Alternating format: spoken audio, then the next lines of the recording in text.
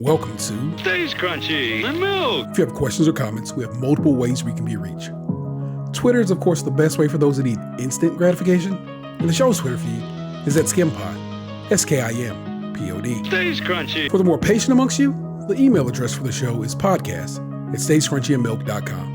Crunchy again being spelled with a K. Crunchy. Hey, feel free to give us a call at 216-264-6311. That's 216-264-6311. Stays Crunchy and Milk. We're available by Apple Podcasts, Google Podcasts, Spotify, Stitcher Radio, anywhere fine podcasts are available. And of course, it's the website, stayscrunchyandmilk.com. Please rate, review, subscribe, and share wherever possible, including on YouTube, where we can now be found at Stays Crunchy. And over on Twitch, we're still Stays Crunchy and Milk. Our personal Twitters are Tatum216, Lunchbox2099. And I'm your host, the internet's Tayrel713. Stays Crunchy, Stays Crunchy, Stays Crunchy, Stays Crunchy, Stays Crunchy, Stays Crunchy. So, I was on Reddit the other day, and I'm not going to mention what kind of video it was, but that's not the important part, or the question at hand. The question at hand is, there was a TV in the background. And do you think what's happening in the video is just as important as what show is in the background for the most part? Because I'm sure you got to curate both of them. Because if I guess it depends on the production quality. Right, because I don't think they curate. I think sometimes they just be having shit on because it's very it'll be like the news. I've never seen the news. I've always seen a show or a particular movie. I've always seen, in my experience, the background has always been just as important as what's going on in the video. Because this particular video, they were watching Dragon Ball Z, and you know he was about to go Super Saiyans. You're going to attempt. At least put up a My context clues, was this a black couple? It was a black couple. Shout out to Gigi with the WAP. You can probably find her on Twitter. Yeah, I mean, do love their anime, man. Yeah, they do. And black dudes specifically love Dragon Ball Z. Like, I love Dragon Ball Z too. Don't get me wrong. I've been watching that shit since I was a teenager. But I just know that black dudes fucking love Dragon Ball Z. I think my nephew has like a Dragon Ball Z tattoo, and then my brother was wearing some anime shirt. I don't know what the fuck it is. Everywhere we went, somebody was like, "I love your shirt. Your shirt is so dope." I'm like, "What is this? What is it? This shirt? No, it was a fucking graphic tee of some anime. Nice.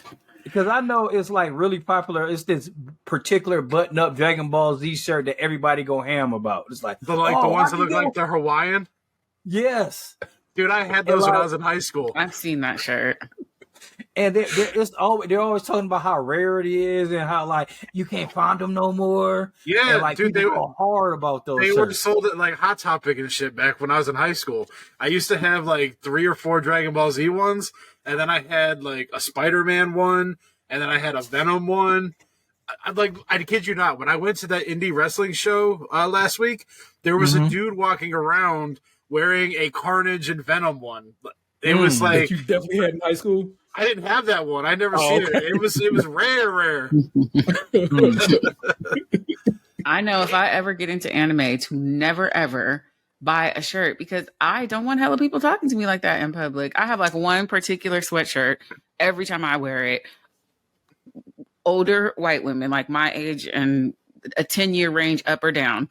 All day. Oh my God, I love your shirt. I'm like, I'm never wearing this shit again when I don't feel like talking to people. It's it's just a sweatshirt that says may contain Prosecco. Oh, nice. Wow. Okay. Yeah, I like that. I like the very ideal of that. That's dope. That's a brunch sweatshirt, right? Right. That's a brunch sweatshirt. Yeah, okay. Well, now it's kind of dingy because I've had it forever. So I'll just throw it on and like wear it to the grocery store and don't even remember I have it on. So I'm not like trying to get a fit off. I just have it on. And like 6 people be like, oh my God. First people are just smiling at me. I'm like, why is everybody so happy today? And then I realize I have on the shirt.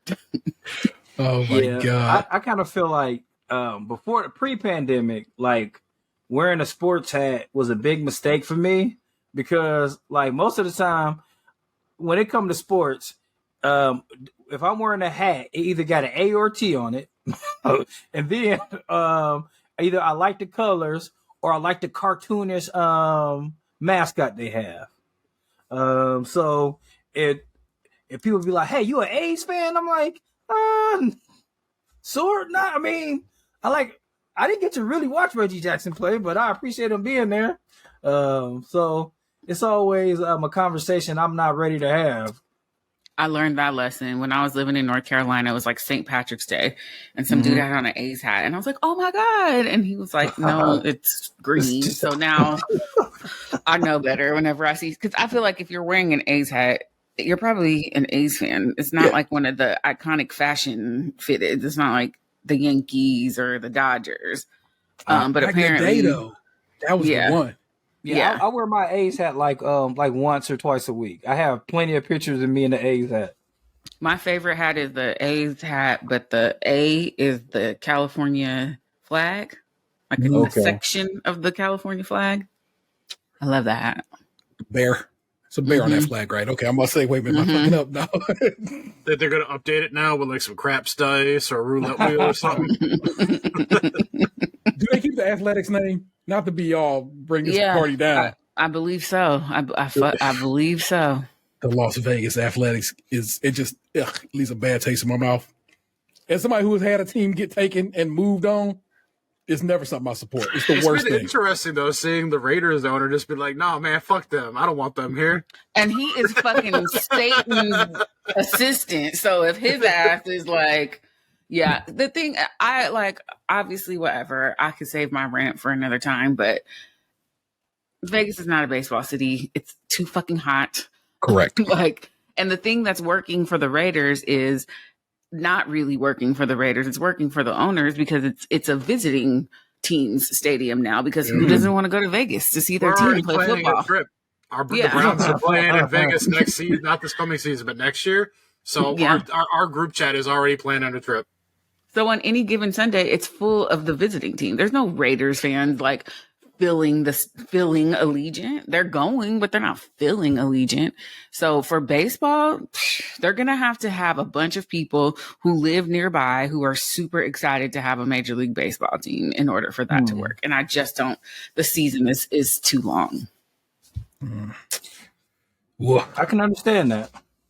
They'll been rhyming for more than a decade. On to the next stage. While MCs need aid, stay paid. I'm still grade A. None of that tomfoolery. As you can see, that shit ain't nothing new to me. Utterly hovering over other things material. You're stuck in the here and now. Plus you're sweating profusely. Here's a towel. Your fears are now reality. When I take your dream states and elaborate on how your team's fake, like phony IDs, but sometimes I feel like only I see through the charade you've made in today. But hey, tomorrow is played.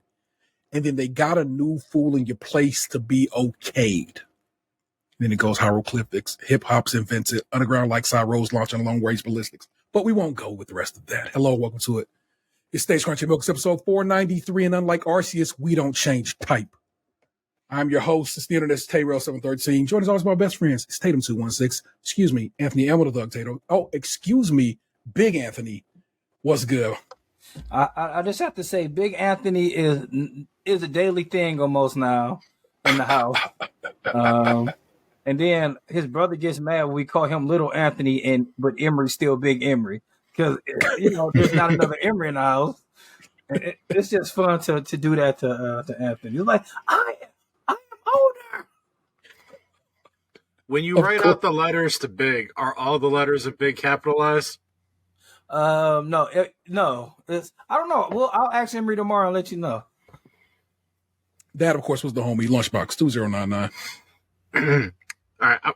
For clarity's sake, for those listening, I'm about to read these lyrics, but this first line, I don't like the way they set it up.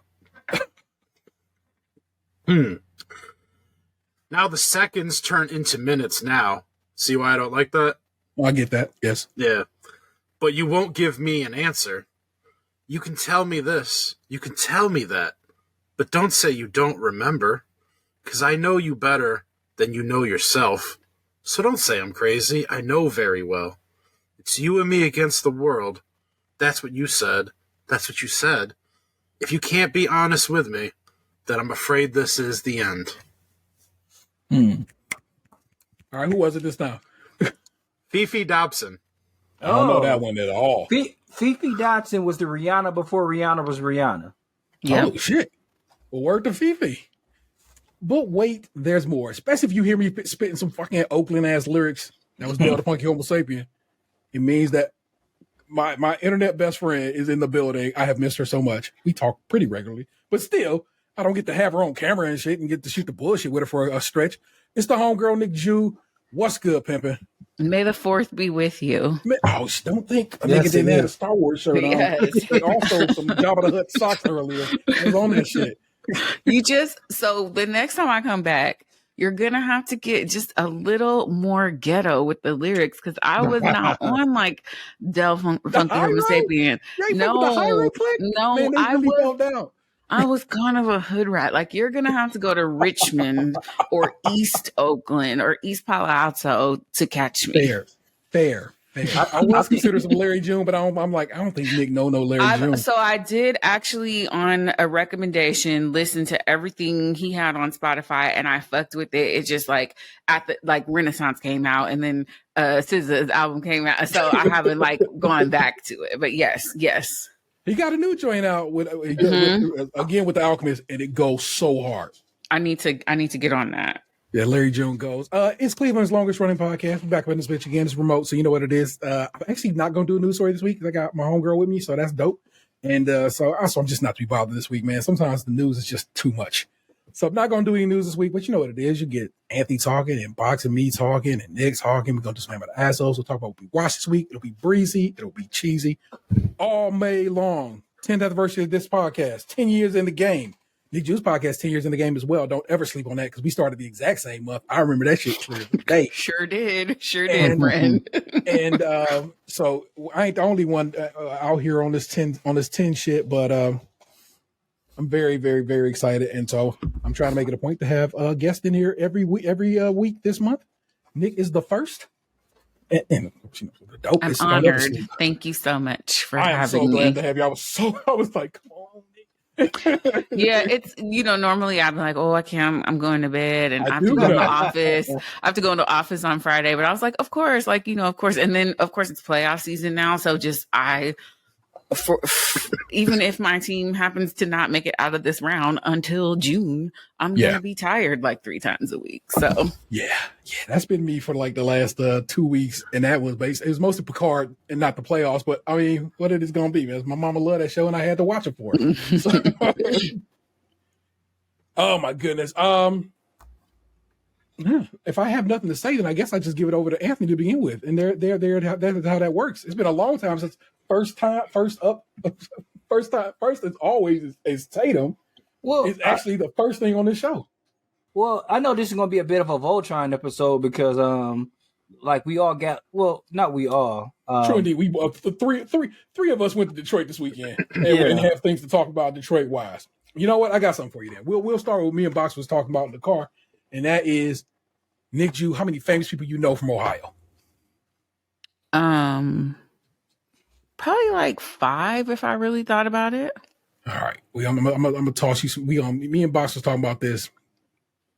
We started with, of course, Steph Curry. Okay. Born in Akron, Ohio. So we was like, oh yeah, that's dope. You know I didn't even know that. Yeah. LeBron James was born in. The premise of this whole conversation was built around the fact that like people shit on Ohio. But then, like, we have so many famous people that are from Ohio that leave and go off and become famous. People don't give any credit to their background whatsoever. Like, and Steph Curry was one of the examples of, like, I told T, I'm like, I don't give a fuck that motherfucker was only born here and here for a couple of years. Motherfucker was born in a hospital in Akron, Ohio. Yeah. He is an Ohio kid. Yeah, I think it has to do with the way y'all represent, because I'm sure I probably know 20 famous people from Ohio, but I really don't know they're from Ohio. As far as I know, the only famous people from Ohio that I really put on for y'all are Drew Carey. Yep. Yeah. And LeBron James. Well, right now we don't claim them, but what's the dude that's dating the Transformer girl right now? Machine Gun Kelly. Machine Gun Kelly reps for us hard, but we don't really care about him. I don't know that I've ever heard a note of a I Machine Gun Kelly song. I only heard some Machine Gun Kelly maybe a week ago when he was in Australia freestyling with some rapper down there, and I was like, because I was mad at Machine Gun Kelly from this last album he did, which is all pop punk. I was like, how you just gonna abandon this hip hop that you've been doing since everybody knew you? But then he was spitting this free. I was like, it's pretty good. He was with Corday. What's up? He was with Corday rapping. Okay. Yeah, I don't know. Machine Gun Kelly was another one that we brought up as an example. Another Ohioan. Yeah. I'm sure if I really thought about it, there's probably some musicians from Ohio that, but they're not like loud about it, like people from Oakland or Detroit or New York. I'm gonna present you some, and you'll either be like, "Oh shit, word," or not give a damn, and that'll be the fun of it. now these first three, Paul Newman. Yeah, no clue. Yeah, I mean, he wouldn't bang like Bob Hope. Now, Bob Hope is. I want you to understand. Bob Hope, whoa, big deal, Bob Hope. No, in this town, massive deal. Oh, I imagine that. I can see that because Bob Hope is a huge. I mean, for our generation, huge. Not just that. He's like his people was money people. Mm. So like, there's a bridge here. The bridge is right by the baseball team. The Guardian Stadium is named that because it has these guardians of traffic statues on either end of it. That bridge is the Hope Memorial Bridge, named after that dude's family. Okay. It was one of them situations like, oh, okay, Bob Hope. Tom Hanks. Yeah. Wait, born in Ohio? Began his acting career here in Cleveland with the Great Lakes Shakespearean Festival and won 2 Critics' Circle Awards for his work here. So he moved to Oakland for college then? Because he went to like a local community college. Yeah. I see. All right. I ride with Tom Hanks deep because it was an interview he was doing with Tim Allen about one of them Toy Story movies. And he was talking to this black dude, and they got to going about bid whiz and spades and shit. Oakland. Tim Allen got just left behind in that conversation. I was like, Tom Hanks. That's why they think you like as it is. I will have to check the on that because I feel like Tom Hanks was born in I thought he was born in like San Jose or he like grew up in San Jose. I don't think Tom Hanks was born here, but he did. His career started. I think it says his career started here because we claim him pretty hard in the Bay. Like he's ours. Yeah, I got you. Of course, Halle Berry, fine ass. No clue. Ohio. I had no idea. Really? Now she do ride for him. She has always been like, I bang for Bedford because she's from Bedford, of Cleveland. Yeah. Of course, Drew Carey. You know Drew Carey. Chrissy Hynde. I didn't know that. That's cool. Of the Pretenders, if y'all didn't know that. Yeah. I fuck with what I'm saying. Of course, Mr. LeBron James. Let me see if I can find you somebody that's like gonna make you go, word. They got some. This one kind of was like, I was like, get the fuck right out of here. Langston Hughes apparently attended high school here in Cleveland. Okay, so the list is not from Ohio, not born in Ohio. This particular, I got other lists. Don't worry, I got plenty of them. Okay, there was one that I told T in the car that T didn't even realize, and then there was one I texted him yesterday that I found on accident by happenstance that I didn't know about. That one was one Kenan Thompson, born in Columbus, Ohio. My future ex-husband. And then the other one that I told T in the car that he was shocked by, Guy Fieri. Born in Columbus, Ohio. Yeah. That would really did kind of take me out. That's because they wanted to rename Columbus Columbus Flavor Town for him. Absolutely not. Oh my God. The capital of the great state of Ohio is Flavor Town. Yeah, that'll work. Oh my gosh. Here, let me jump to this. I got them all over the place. If y'all watched the Dora the Explorer movie, it's pretty funny. But didn't you meet her box, or you was just at the same spot? I didn't like go up and introduce myself to her or whatever, but we were at the same restaurant once. Yeah. The bartender was being real creepy about it. Isabella Merced is her name. She changed her name, but yeah, she bangs with this set. Which of the what's she one? The East, the West? Which one was alive in the movie? I never know the difference. Yeah, I've seen the Wiz on. So Eveline or Evamine. Mm-hmm. Well, she was from Shaker Heights. Okay. The Russo brothers, of course, people who directed the Captain America movies, and the last 2 Avengers movies. So you want to go back to like the 80s? You got Arsenio Hall. Of course. You got Steve Harvey. Yeah. Wait, Arsenio is okay. What's Arsenio's Ohio connection? He was born in Cleveland. He was in Cleveland. He lived on Steve Harvey, I knew. Yeah. I did know Steve Harvey. He was one of the 5 that I originally estimated. I knew. Carol Kane, which I didn't know, which I think is pretty Wow. dope. Oh yeah, that's a pretty good one. Mm-hmm. Let's see who else we got. Steven Wes Spielberg. Craven. Yeah, Wes Craven. Senor Spielbergo? Where's he from? Says he was born in the state of Ohio. Let me pull it up. Nice. Well, why are you doing that? Yvette Nicole Brown, which I do know because she do bang the city. She banged that drum kind of a lot. What's not Kim Fields? Kim Wembley is from here. Oh yeah, from everything, from Friday and all kinds of shit. Yeah. Steven Spielberg was born in Cincinnati, Ohio. No way. How Almost old there? Kentucky. Yeah, that is almost Let me Kentucky. see. He's I got have no idea our geography of this country. Every time I go somewhere, I'm like, oh, I don't know shit about the middle of this country. Stephen Allen Spielberg was born on December 18th, 1946 in Cincinnati, Ohio. His mother, Leah, was a restaurateur and concert pianist. And his father, Arnold Spielberg, was an electric engineer involved in the development of computers. His immediate family were situationally Reformed Jewish, Orthodox Jewish. His paternal parents were Jews from the Ukraine. In 1952, his family moved to Haddontown, New Jersey. So he lived in Ohio his first 6 years of his life. Okay. Right on. Bumper Robinson. I remember Bumper Robinson. Sure do. I'll never forget Bumper Robinson. Here's 2 more that are sure are well known. Lil Bow Wow, or now Bow Wow, if you will. Where you from? I'm pretty sure he's from Columbus. See, I knew him in Atlanta, and that's you know what I'm saying. That's where I knew him. That's where he ended up. So that's all I ever think of him as. Yeah, he's from Columbus, and during his rise and fall, always represented the Browns, wearing the Browns jersey. Because like in most of his videos, like he was wearing like a backwards Tim Couch jersey. And here's one that he probably appreciate. John Legend. Oh, yeah, I do know. I do know that. He's I from, knew that. Yellow Springs, from where Dave Chappelle lived. Yeah. His people's still there. He come here every Christmas. They always like make a stink over it. Katie Holmes Dave is from Chappelle. Ohio. Oh, really? Yep. That was my list. Dave Chappelle, Drew Carey, John Legend, LeBron James, and whoever y'all just said, Steve Harvey. Yeah, that was the people that I was like, oh, I know 5 people from Did you say Paul from Newman? Ohio. I did say know. Paul Newman was the first one. I didn't know Paul that one. Jai Parker is from Cleveland. Jai Parker. Yes, he is. Yeah. You ain't got the lie, Craig.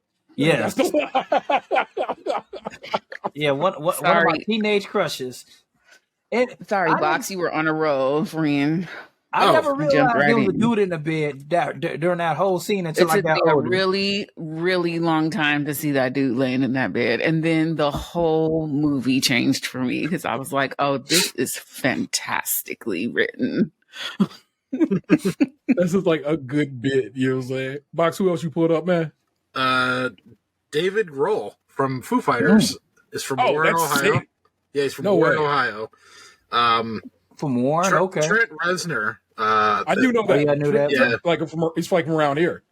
There's someone here where I'm like fact checking because I'm like, really? Like they have Rob Lowe on this list, but I'm like, how the fuck is Rob Lowe connected to Ohio?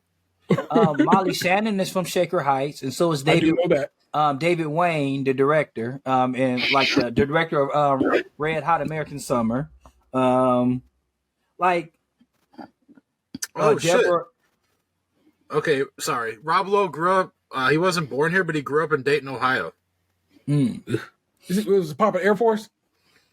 Where's Mom? I got. Mom was a teacher. Dad was a trial lawyer. Parents divorced when Lowe and his younger brother Chad were young. Colonel John was captured by the American victory at Trenton, New Jersey, on the morning of given a choice, the option to stay in the U.S. Lowe grew up in Dayton, Ohio, in a traditional American setting. He attended Oakwood Junior High School before moving to Point Dume area of Malibu, California. Nice. Patricia Heaton is from Ohio. From Yeah, I do know Everybody that, but I Loves don't fuck with her. Oh, okay. She banging the drum for the other side a little too much. Oh, your man from what you call us from here? Blues Traveler. That's not John his name. Popper. Thank you. His name not Blues Traveler. Anita Baker, That's dope. Anita Baker from where? born in Toledo, Ohio. Nice. Fuck yeah. I'm claiming that. That's going on the list. Oh yeah, the Kelsey brothers, but we talked about them already. Yeah. So I only bang with one of them. So Anne Heche, born in Aurora, Ohio. Yeah. Rest in May she peace. rest in peace. The guy who played Buffalo Bill in Silence of the Lambs is from here. He's from Ohio. Who even is that? Ted Levine. I don't think I ever saw him in anything before or since. Sarah Jessica Parker is from Ohio. Wow, this one actually was accurate. Marilyn Manson, born Canton, Ohio. I do know that one, but we don't bang that set either. Because I'm just going down the list, baby. I know, baby. I know. I just want people to know. No. There's a couple of people on this list that I've never even fucking heard of. So I'm like, should I even bother looking you up? All right, Antoine Fisher was from Cleveland. Yes. I fuck with that. Well, here's another one I know. Carmen Electra. Oh, yeah. Really? From where? Pretty sure she's from Cincinnati. I'm Kentucky people. I can't fuck with it. Nick, Cincinnati sits literally on the Ohio River, and you cross a bridge, and you're in the great state of Kentucky. Cincinnati's airport is in Kentucky. Is it south of Yes. Ohio? Okay. She's from Sharonville, Ohio, which is essentially a suburb of Cincinnati. Okay. Jim So, Jarmusch, Yeah. the you fuck with director. that. Yeah. So I'm gonna read these names off that are on this list that I haven't verified, but these are like people I've never heard of. Okay. Maggie Grace, Jake I do know that name. Abel, I don't know that name. Allison Stoner. I'm pretty sure isn't she like a dancer or something? Yeah, it's a girl from used to be in the Missy videos. Oh, yeah. Little Okay. girl, yeah. Deborah Winger, Yeah. Yes. Yeah. Deborah Winger. Diana Highland. Nah. She died in 1977. Don't know who she is. Joey Luthman Nope. and Jim Jarmusch. Yeah, that's one Ant just said. He's a director. Okay. He's a dope director. He directed Ghost Dog, Way of the Samurai. Oh, and Brooklyn Decker. Yeah, Brooklyn I don't know Decker. She is she used to be a model and she's now an actress. She's on the show with Frankie and dang. There's two more people on this list that I didn't name. One, I'll say Luke Perry. Okay. Yeah, I knew about Luke Perry. Rest in R.I.P. peace. And then the last one on the list that I haven't said is one I'm just kind of like, Ben Roethlisberger. Oh. No, we don't. No, again, no rapists get no love on this program. One person, Jim Cummings, the guy who does like all the Winnie the Pooh voices. Yes. Like, he does Tigger. Do you remember Fred Willard was from Ohio? Yeah. Yes. Okay, man, quit all these damn people. Box, stop doing it. Beverly I D'Angelo didn't from Ohio. kill him. Did you say Rob list is- Dyrdek? Yeah, Rob Dyrdek is from Ohio. Beverly D'Angelo, Oh, okay. the lady from Nice. the Christmas movies. The vacation movies. Yes, Yeah. vacation movies. Get down with that. There you go. There you go, people. I was more taken aback by it on this list than I think Nick was. So there you go. Last but not least, scored Oh, two. What was it? How many? 4 touchdowns in one game. Ed O'Neill is from Ohio. Polk High, baby. Yeah, Polk High. All right, my last one is, of course, Bobby Womack, which I just discovered. So put Okay. some respect on The his most name. ruthless of R&B singers, Bobby Womack. Well, my last one then will be Kid Cudi. There you go. Well done. Okay. From Solon, if I'm not mistaken. I believe No, that he's is from accurate. Shaker. Where you from? He's from Shaker Heights. Okay. Aren't the Isley brothers from Yes. Ohio? No. No? The Isley I'm near certain they from like I Columbus, thought man. no, it was the Leverts, isn't it? Yeah, Laverne. Yeah, Joe they- Laverne. Somebody, Yeah. the Isleys are from some Midwest. Sorry, y'all. I'm going to be knowing. It's It's all okay. good. It's all over there. Cincinnati. Cincinnati. The Isley brothers are from Cincinnati. I thought so. Yeah. And the Ohio Yeah, so- players, I don't know where they from, but they from Ohio. I know. I'm like, where are any of the Ohio players from Ohio, actually? I feel like it'd be so ironic if the Ohio players were from anywhere but. Yep. They just got down with Ohio one time. I was like, hey, Lincoln man, Heights, what I'm playing. Ohio. I don't know where that is. What part? Lincoln Heights, Ohio. No, I'm not even hip. It is. It's near Cincinnati. Everything is near fucking Cincinnati, man. Basically, make them Kentuckians. The Levert Don't get brothers down from with it. Cleveland, Ohio. Yeah, I knew Gerald and so forth was from here. Yeah, people all the time. Before he passed away, always said I look like Gerald Levert, and I should play And then when he died, it's like you should play Gerald Levert in the movie. I'm like, okay, all right, I guess. I hate when people do that. Like, acting is a skill. Like, I just stop looking. That's not gonna get you that far. Hey, Nick, hold on. I play Cratchit Boy number 3 in the 5th grade. But I have like a degree in acting. I hate when people do that shit. Like, Meg Thee Stallion should play Pam Grier. Can she act? There are actresses available. It's like a skill. People study it. Was there 3 Cratchit boys? I play Cratchit Boy number 3. Mother, come look at the goose. The goose is golden brown. Yeah, it's Timmy and 2 other ones. We don't get the other's name. I was not given a name. They only in one scene. Hold on. Yeah, I need to know. No, two scenes. It was a movie on Netflix. I wish I had watched it. I don't know if he's even still on there. Where it's a Whitney Houston movie, but they don't never say it's Whitney, and the girl don't never sing in the movie. And it's by Man, I ain't gonna lie to you. I didn't even know Mrs. Cratchit had a name, so that's fucking me up a little bit too. What's Miss Cratchit's name? Emily Cratchit. Nice. I didn't know my mom's name. But yeah, And, so it's a Lena Waithe movie. And yeah, have you watched it? No, is it good? I don't know. But I just thought it was weird. It's like all about Whitney's life. They don't ever say it's Whitney Houston, and they don't let her sing during the movie. I haven't watched any of the Whitney Houston movies. I watched some of the documentary, but yeah, that was about it for me. yeah, that was as far as it went. Hold on. Bob Cratchit and his wife and their 6 children. Good God. Martha, Belinda, Peter, and smaller Cratchits who are unnamed, and the lame but ever cheerful Tiny Tim. Tiny Tim. Didn't Two of the Tim die You're right right. after the movie? What's up? Did Tiny Tim die? No, the point is that basically he got money and therefore he got health care. Oh, it's an American Dream. Well, no, this is definitely the Victorian England. So no, he definitely died of tuberculosis. Just Yeah, like Arthur. consumption. Consumption. What is consumption? Ricket. I don't know. All this shit about to come back with all these anti-vaxxers. Oh my God. Yeah, I remember I was watching some movie and like a soldier gave a little boy a candy bar and he died because the candy bar was too rich. Oh no. Because the boy wasn't getting no food.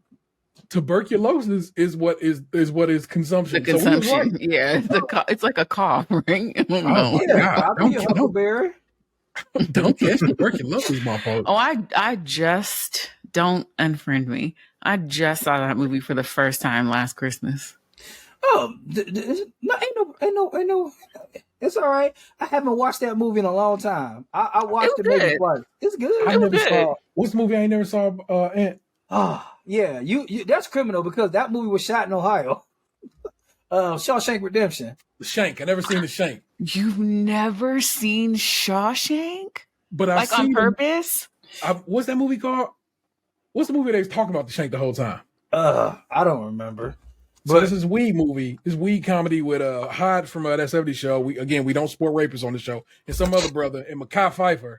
And in that movie, the entire time of that movie, all they do is talk about the Shawshank Redemption. How do you And so try I to get have home to all watch it? This Shawshankian knowledge, but I've never actually seen the movie. It's like not to oversell it, but it's a wonderful, Really? a wonderful film. Like it's very well acted. Like it's just a really good movie. It just seems so sad.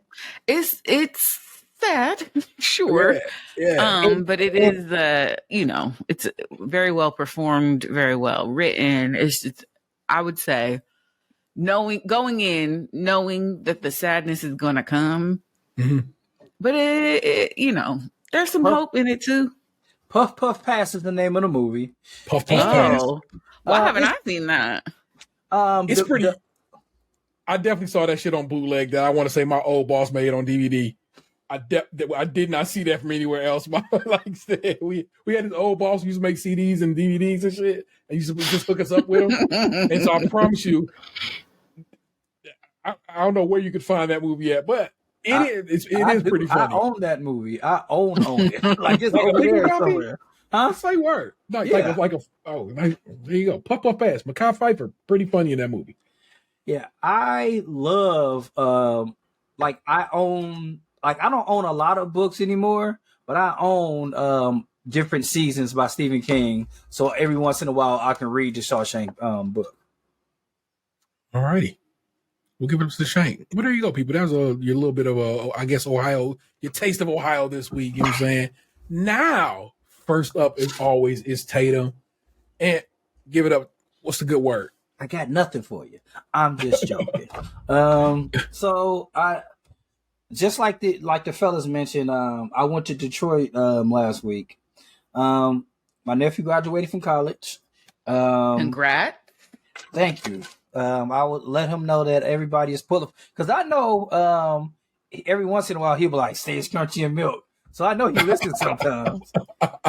He's probably the only member of my family who listens to this show. My nephew will randomly call me NicJu, so I know he's heard the show before too. So yeah, I like going on road trips. Do I love going on road trips with my family? Not no,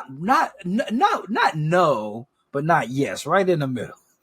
Because like when we go, I like to stop and explore. Like I love taking toll roads. I don't mind paying $4.25 to get a flat penny and maybe a a nice bathroom experience. Like we only really stopped like once, and like where we were, it was like not even gas stations around. The closest place we could stop and use the restroom was a Menards. And man, it's like, to me, it's weird that like if you just go really just a half an hour out of the city proper, how rural it is out there. Yeah. But it was fun. We went to a restaurant called Starters after the graduation, where I don't know if I've ever had worse food in my life. Oh no. No.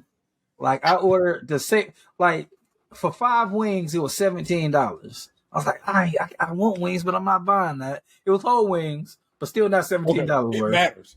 Yes. It better have been some whole ass wings. Like the pasta was super overdone, no bite to it.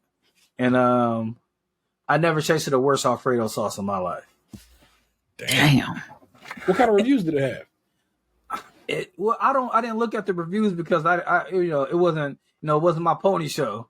I keep on trying to tell my nephew, "Hey man, you got to go to Buddy's." He's like, "Am I messing up? Do I need to go to Buddy's?" I'm like, "Yeah, you messing up." But every time I go to Detroit, we talk about that. And he's still. I feel bad when we went to Detroit that first time. I should have called him over because he didn't live far from there. True indeed. Why do we not think that? Because we was only there we was there one night. Yeah. But so the meat of this is I'm going back to Detroit again tomorrow. I asked my mother like weeks ago. I'm like, "Hey, do you want me to drive with you?" Because her partner Stan's not going. I don't know why Stan not going, but he's just not. Oh, I do know why he's not going. Let me take that back. There's only, for the graduation, there's only 4 tickets. Oh, so, yeah. I'm not even going to the graduation. I'm just driving. I might go walk around or something like that while she's in the actual graduation, because they have like, it's staggered. It's like, if you are graduating from math, this is you go at this time. Smart. That's real smart. It'll be different. It'll be staggered. So, but Mama, like I said, she's my mom, so I know her. she been hemming and hawing about like I asked her the first time. I'm like, I'll drive with you up there. She's like, I'll let you know. And then, I talked to her last week. Like, I can take the time off. I got plenty of time. I'll let you know. And then I called her today. No, she called me the other day, and we talked about it a little bit. But she still never was like, yeah, let's go. We gonna do this. She's been hemming and hawing, and I'm just thinking like she really don't want me to go with her. She don't want me to drive her. Like, you guys like my cooking, right? You know it. It's the foundation of our relationship. You know what, Lunch? No lie. When a girl, she's a woman, broke up with me, the one thing she told me was, I'm not gonna say the other thing she told me. She told me two things, but the one thing that stuck out my head was like, if I could keep the food and get rid of you, I would. Sheesh. And I was like, damn. I'm a package deal. Hit the Her bricks. loss. Yeah. It was. Why she didn't learn how to cook? I don't know. That's what I did. I just made him like show me stuff. Like, I try to take away one good thing from every breakup so I don't feel like a failure in love. And one of the things I took from one of them was he was like a really good self-taught chef, and he plated all his meals. That has value. Especially like when you go to Weight Watchers, they tell you shit like that too. Like, if you order takeout, take it out the box, put it on a plate, like make it look nice. Well, I kind of feel like, especially in that situation, like in my young, like what's that movie called Good Luck Chuck?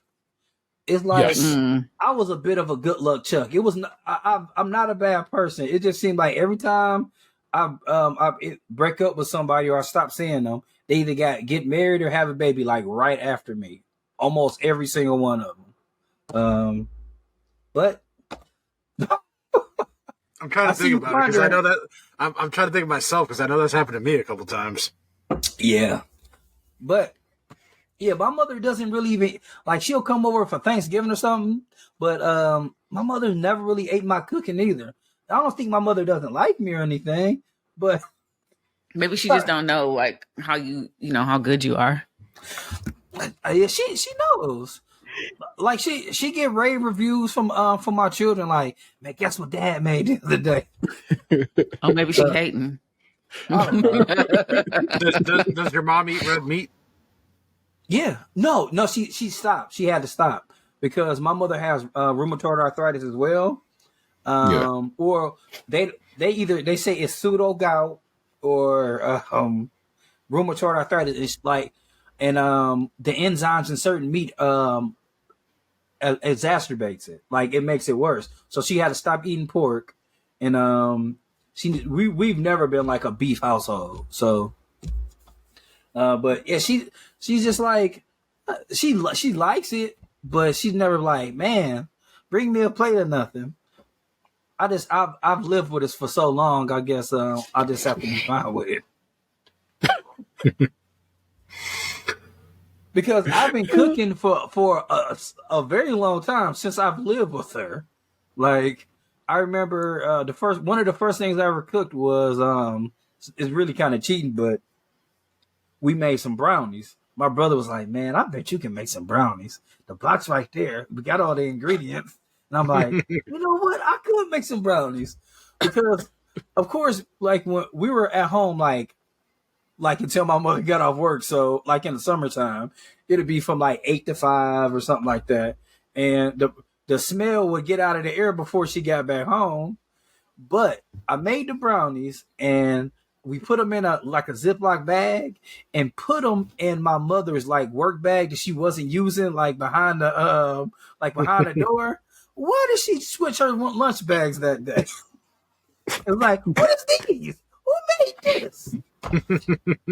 So yeah, but it's I'm looking forward to it. I haven't gone on a road trip with my mother in a long time, and like I'm gonna probably like get some books ready on Libby, so we can listen to a book on the way. Because like a podcast is great, but like while you driving, it's kind of inconvenient when like you gotta switch it a couple times. I mean, I know what you can have a play Let's make a playlist. Yeah, Mhm. but it's still not the same. Like sometimes I'm pretty selfish when it comes to podcasts. Like that's for my grocery store time and cooking and washing dishes time where I can like focus on the podcast. So Well, I'm jealous of your mom right now because the last like 3 times we tried to get you to go on a road trip with us, we've gotten denied each time. Well, but you know what? Okay, what was the other road trip? This time, we were legitly in the same city, and I just couldn't make it. You are correct. And the last time is like, 1, I need you to have your passport, and 2, you said you can't go to Canada with us before you go with your lady. Yes. So I can't do nothing with it. Yeah, I get so much shit about like if I go somewhere that she wants to go with you guys, like yeah, because we had to go to like soon as we got to Detroit, that's the first place we went is Buddy's Pizza. She's like, you ain't going, you went there with them. I'm next. Like, okay. How in general was you guys' trip? You ever saying up to Detroit? You know what I'm saying? Besides graduation and family stuff, like it was okay. Like driving there, her sister came, and like usually whoever sits in the front seat is supposed to navigate. Her sister wasn't navigating. Like her sister doesn't get road trips yet. Like it was like you have to navigate and keep the driver engaged unless you fall asleep. Which if you fall asleep, that's the thing. But like it was Detroit. I know Nick and Reggie was talking about this before. They drive so stupid in Detroit, like beyond anything I've ever seen. We were in a parking lot, inside a gated parking lot, and they just going rrr, rrr, rrr, like in the parking lot. It was crazy. It was weird. We like not to get into our story, but like we had one interaction where T kind of ran a yellow light, and then we had like an SUV tail us through the light. Then they pulled next to us and like stared us down, and then kept going at like 50 miles an hour in like a 30. Damn.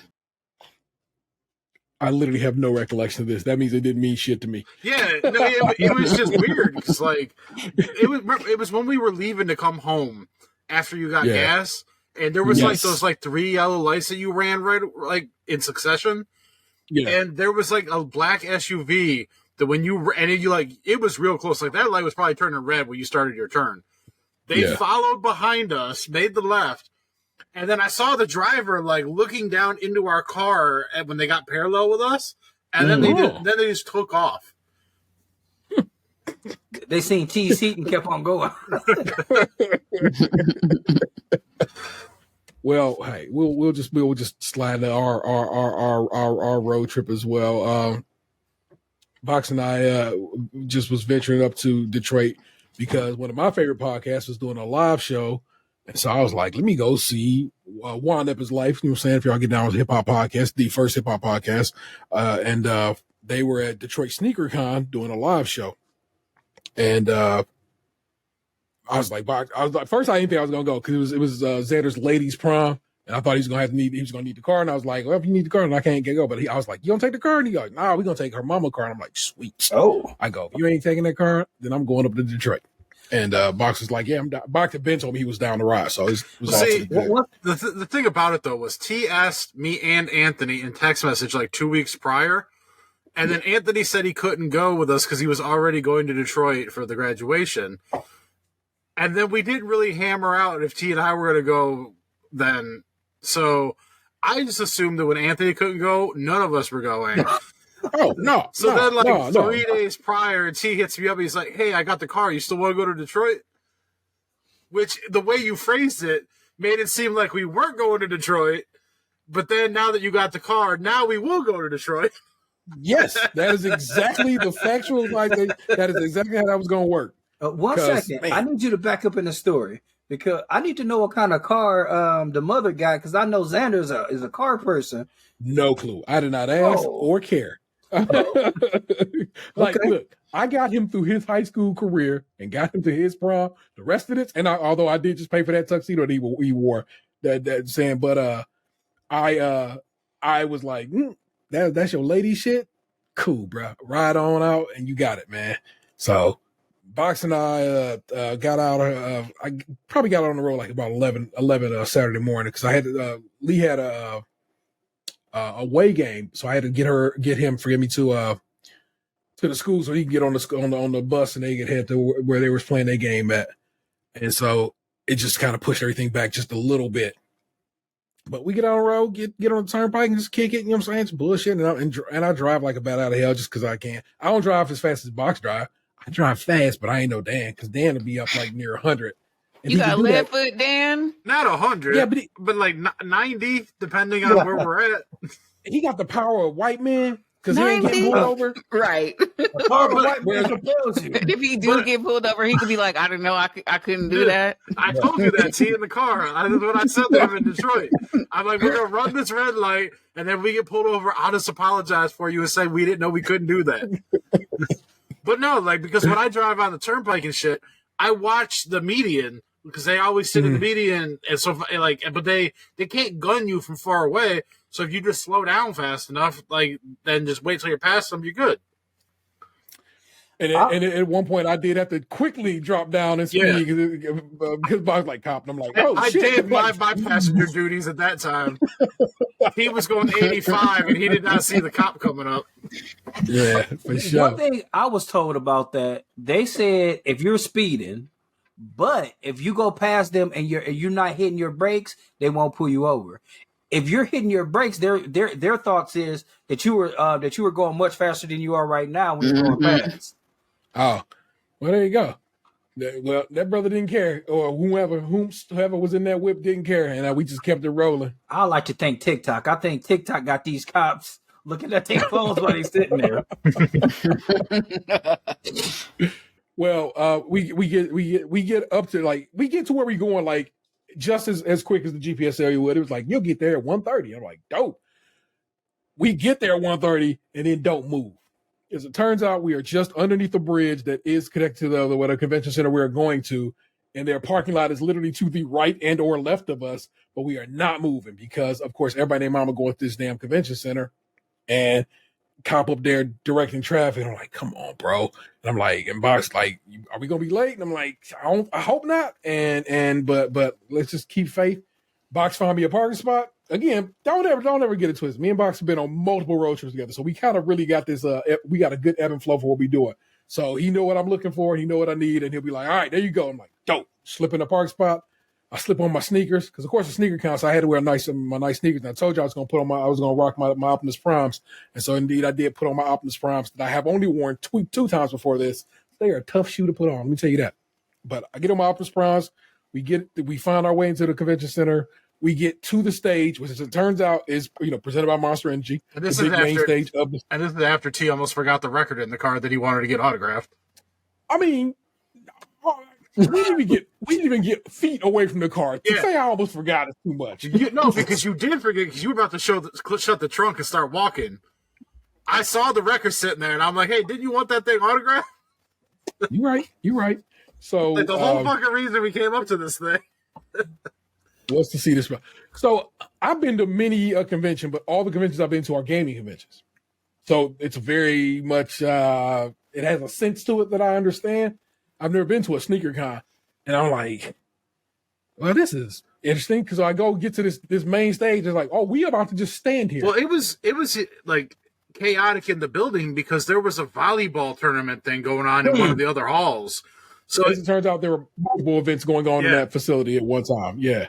Yeah, because like when we were trying to get like into the parking area, like a bunch of girls, and I can't say college or what, like I don't think so at this point, but a bunch of volleyball players jumping out of cars in like their volleyball like shorts, like with backpacks, run into this convention center. It's weird. I didn't know what to do with that. I'm like, why would you, unless you're playing volleyball in this thing, and I didn't see that happening. Nobody seemed to be playing the sport of volleyball. They just seemed all to be. There was. Like when we were walking by one of the halls in the back, I saw a net set up and I saw the ball going back and forth. So there was some game action happening. Huh. Well, there you go. So that was wild.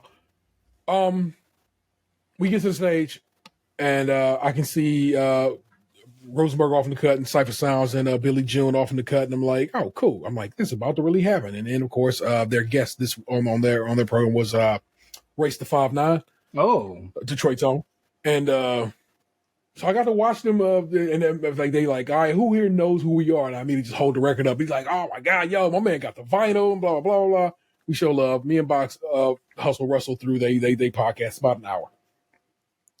I'm saying. Walking to the stage, I'm like, hey, man, you going to sign it? And he's like, yeah. This is after Box Casey pushes me to go to the stage because he knew I wasn't about to do it because I'll be having a habit of just like nervous. And I literally Heisman'd his ass up near the stage. Well, because like even before the podcast started, now I know who Rosenberg is, but like I didn't know who the other guy was because I don't listen to this podcast. I was really only here for moral support for T. I didn't know this show, didn't really care. It was interesting having sat there and listened to it all. Like, I'm not going to say I wasn't entertained, but like this trip wasn't for me on the surface. Like I was just there for support. But when like T said, when they like were talking about before the show, like, does anyone know who we are or whatever, T held up the record. The DJ dude from the show said that they were going to be giving out merchandise, and they basically gave T the wink and the like, you know, you might get something. And he like gave him the come up, we'll hook you up. Yeah. So then, like, at the end of the podcast, I was pushing T because, like, I'm like, hey, they told you to come up there. They're going to fucking talk to you. And T was just trying to stand his ass on the back, like, and not go up there. You know, I'm like, go, man. This is why we came here. So, again, that's why we drag Box with me places because I'm saying he helps me be a better me. And so they, like, basically got, y'all got to get off the stage. We about to have another event on here. So he was like, all right, hey, man, I got you. Just come over here. I'm like, cool.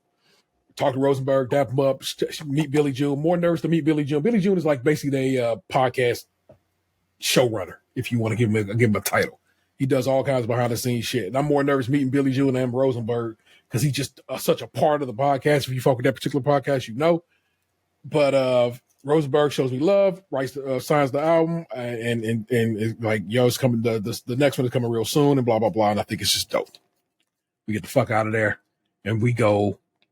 Box is like, whenever we go anywhere as of late, Box goes to find a toy store, vintage toys, and so forth and so on. He looks up one, looks up two. One is closer, but one is further out. But one is he knows it from YouTube and stuff. So we it was like a 10-mile difference. Yeah, we head to all right. You in your mind, you hear 8 Mile, and you think of, okay, what's going on in Detroit? We were at 21 and a half, and that is the name of it, mile. So it's outside the city, but it still looked like the city. Detroit got a real look to it. I want you to know that. And I don't say that disrespectfully, and please don't take it disrespectfully, but all of Detroit looked kind of gray. And flat. As far as I'm going out, I'm like, y'all nothing about this looks suburban or anything. You know what I'm saying? So, yeah, when we went before, I think we went November. Like, we were trying to find a hotel to stay at. Man, it was no such thing as finding a nice place. Rosenberg said that Monster Energy, of course, tried to set them up in the nicest hotel they could find. As it turned out, it was across the border in Canada, so they couldn't put them in that hotel because they would have needed passports and border crossing and all that shit. There is no nice hotels in Detroit right now. And it's just that's a city that is trying to grow back and come back, and I hope well for them, but they ain't there yet. So but honest, they downtown shitting on ours like leaps and bounds. Like downtown Detroit, they got a lot of nice places to go eat. They got a lot of they hotels just ain't nice down there, but like. They got a lot of, like, we went to a arcade bar that was nice there. Like this the downtown is nice and still growing, and everywhere you look is new construction down there. So So again, a town on the rise, a town working on this comeback, and with some good state leadership now in Michigan. So we hope for the best for Detroit. Shout out to Big Rich. Show. You remember the name of the store we went to, Box? I'm sorry, I don't recall. Sergeant Red's toy store out there. It was a delight. Tons of good stuff in the store. They were good people, fun people to talk to. You know what I'm saying? To chat a little bit up, and no prices didn't seem too outlandish. Did you think they was coming to trying to beat They you were down? definitely overpriced compared to market, but Yeah. I mean, it's a vintage brick and mortar toy store. Like, things aren't going to fly off the shelves in there. They have to make some money to survive. So I get it, but like, nothing was like egregious, but like, I was definitely looking at some stuff, and like I could tell, like even the thing I bought was like $25 overpriced what I could theoretically get it for on eBay if I waited for like the right version to show up or whatever. But like, it was right there supporting the business, and like you said, they were very nice.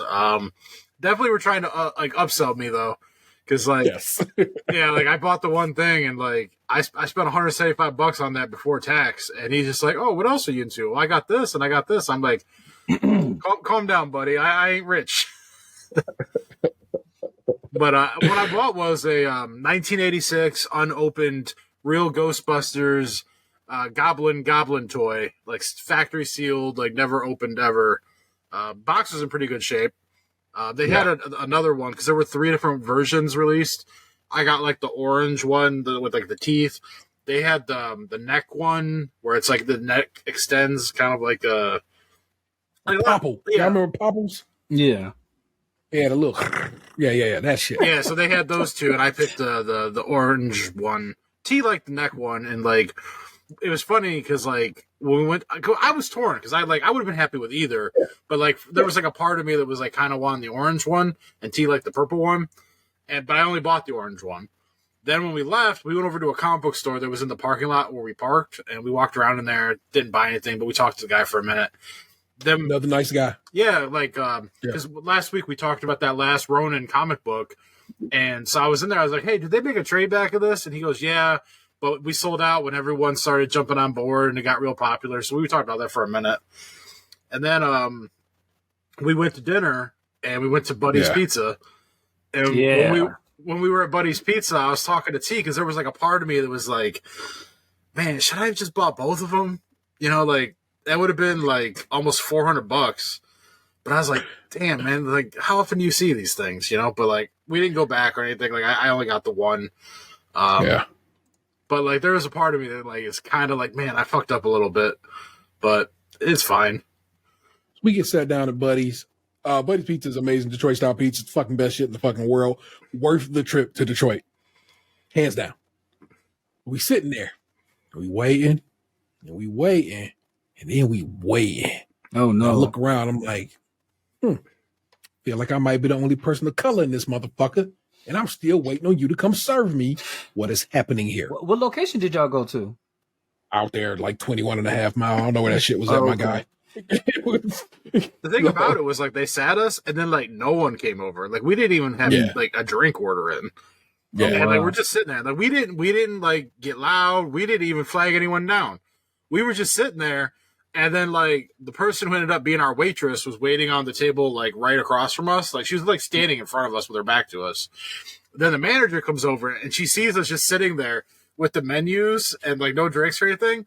And then she kind of, like, starts whispering to me or, like, pantomiming, like, have you not been served yet? And I looked at her, and I shook my head no, and I mouthed, nope. She gave Box that white man a little something like, are you okay? No. But then, shit, we got service. It was instant. Yeah, she was like, she went and got our drinks. Yeah, she took our order and got our drinks. And then, shit. And she's like, I'll go find your waitress. I'm going to find out what's happening. We didn't complain whatsoever.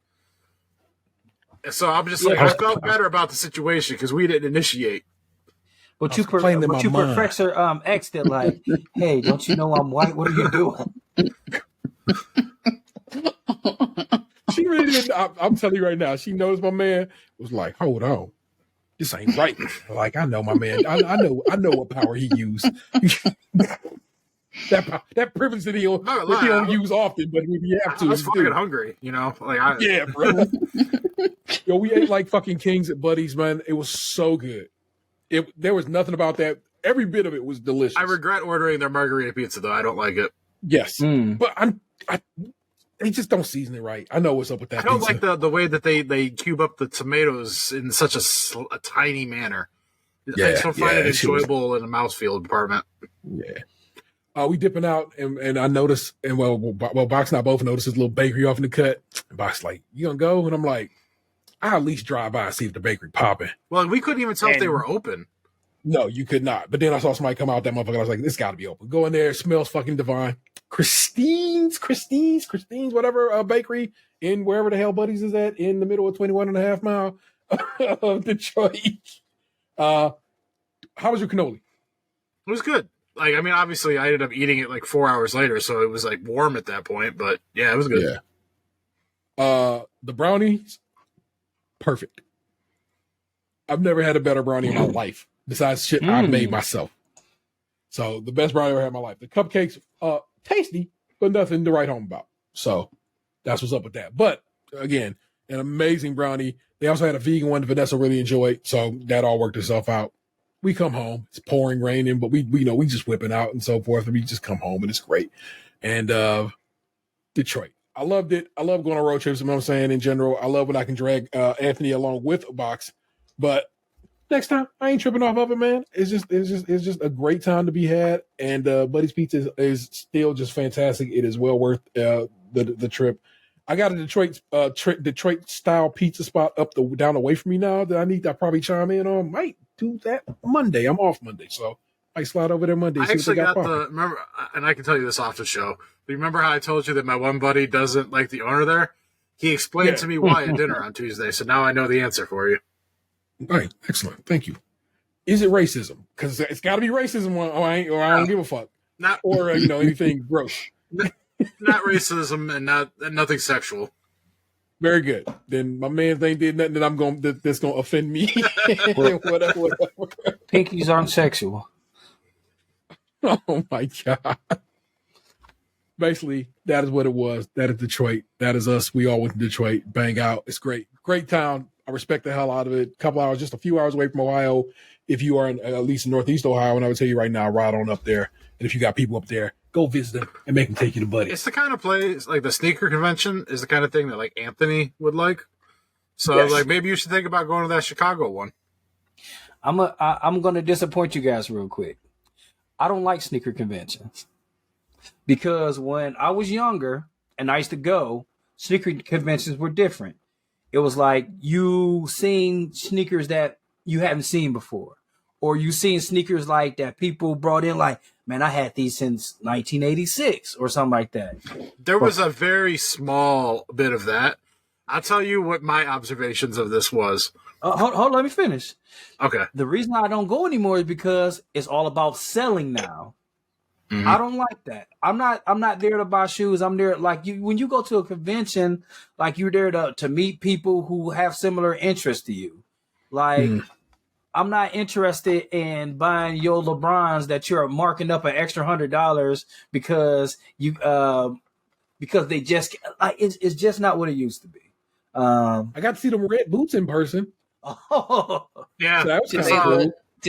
Do they look as crazy in person as they do online? Yes, they do. I think we saw 3 pairs of them there. Yeah, and I saw what I think is that them Dior A1s, man. There was a pair of those there. I want those so bad. Those are my holy grail. Really?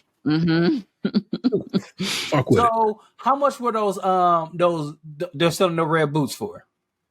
$350. I never looked at prices, bro. Oh, okay. I think they were $350. They cost $350, but I'm wondering how much. What's the convention price for them? Yeah. Oh, I don't know, bro. Everything and so what I found interesting about that sneaker con, not to like say I was already kind of walked away from that, but let me pull back around to the sneaker con was it was all Nike. Yeah, this is what I was. And my hope was this is what I was going to get some Reebok, some Puma, some anything different. It was all Nike. And I'm like, that's just so boring to me. It was all Nike and it was all basically A1s. Yep. And I was like, I would have loved it. My 2 observations, it was all young white kids with their parents' credit cards walking around with wagons and duffel bags buying different colorways of Jordan 1s. Yes.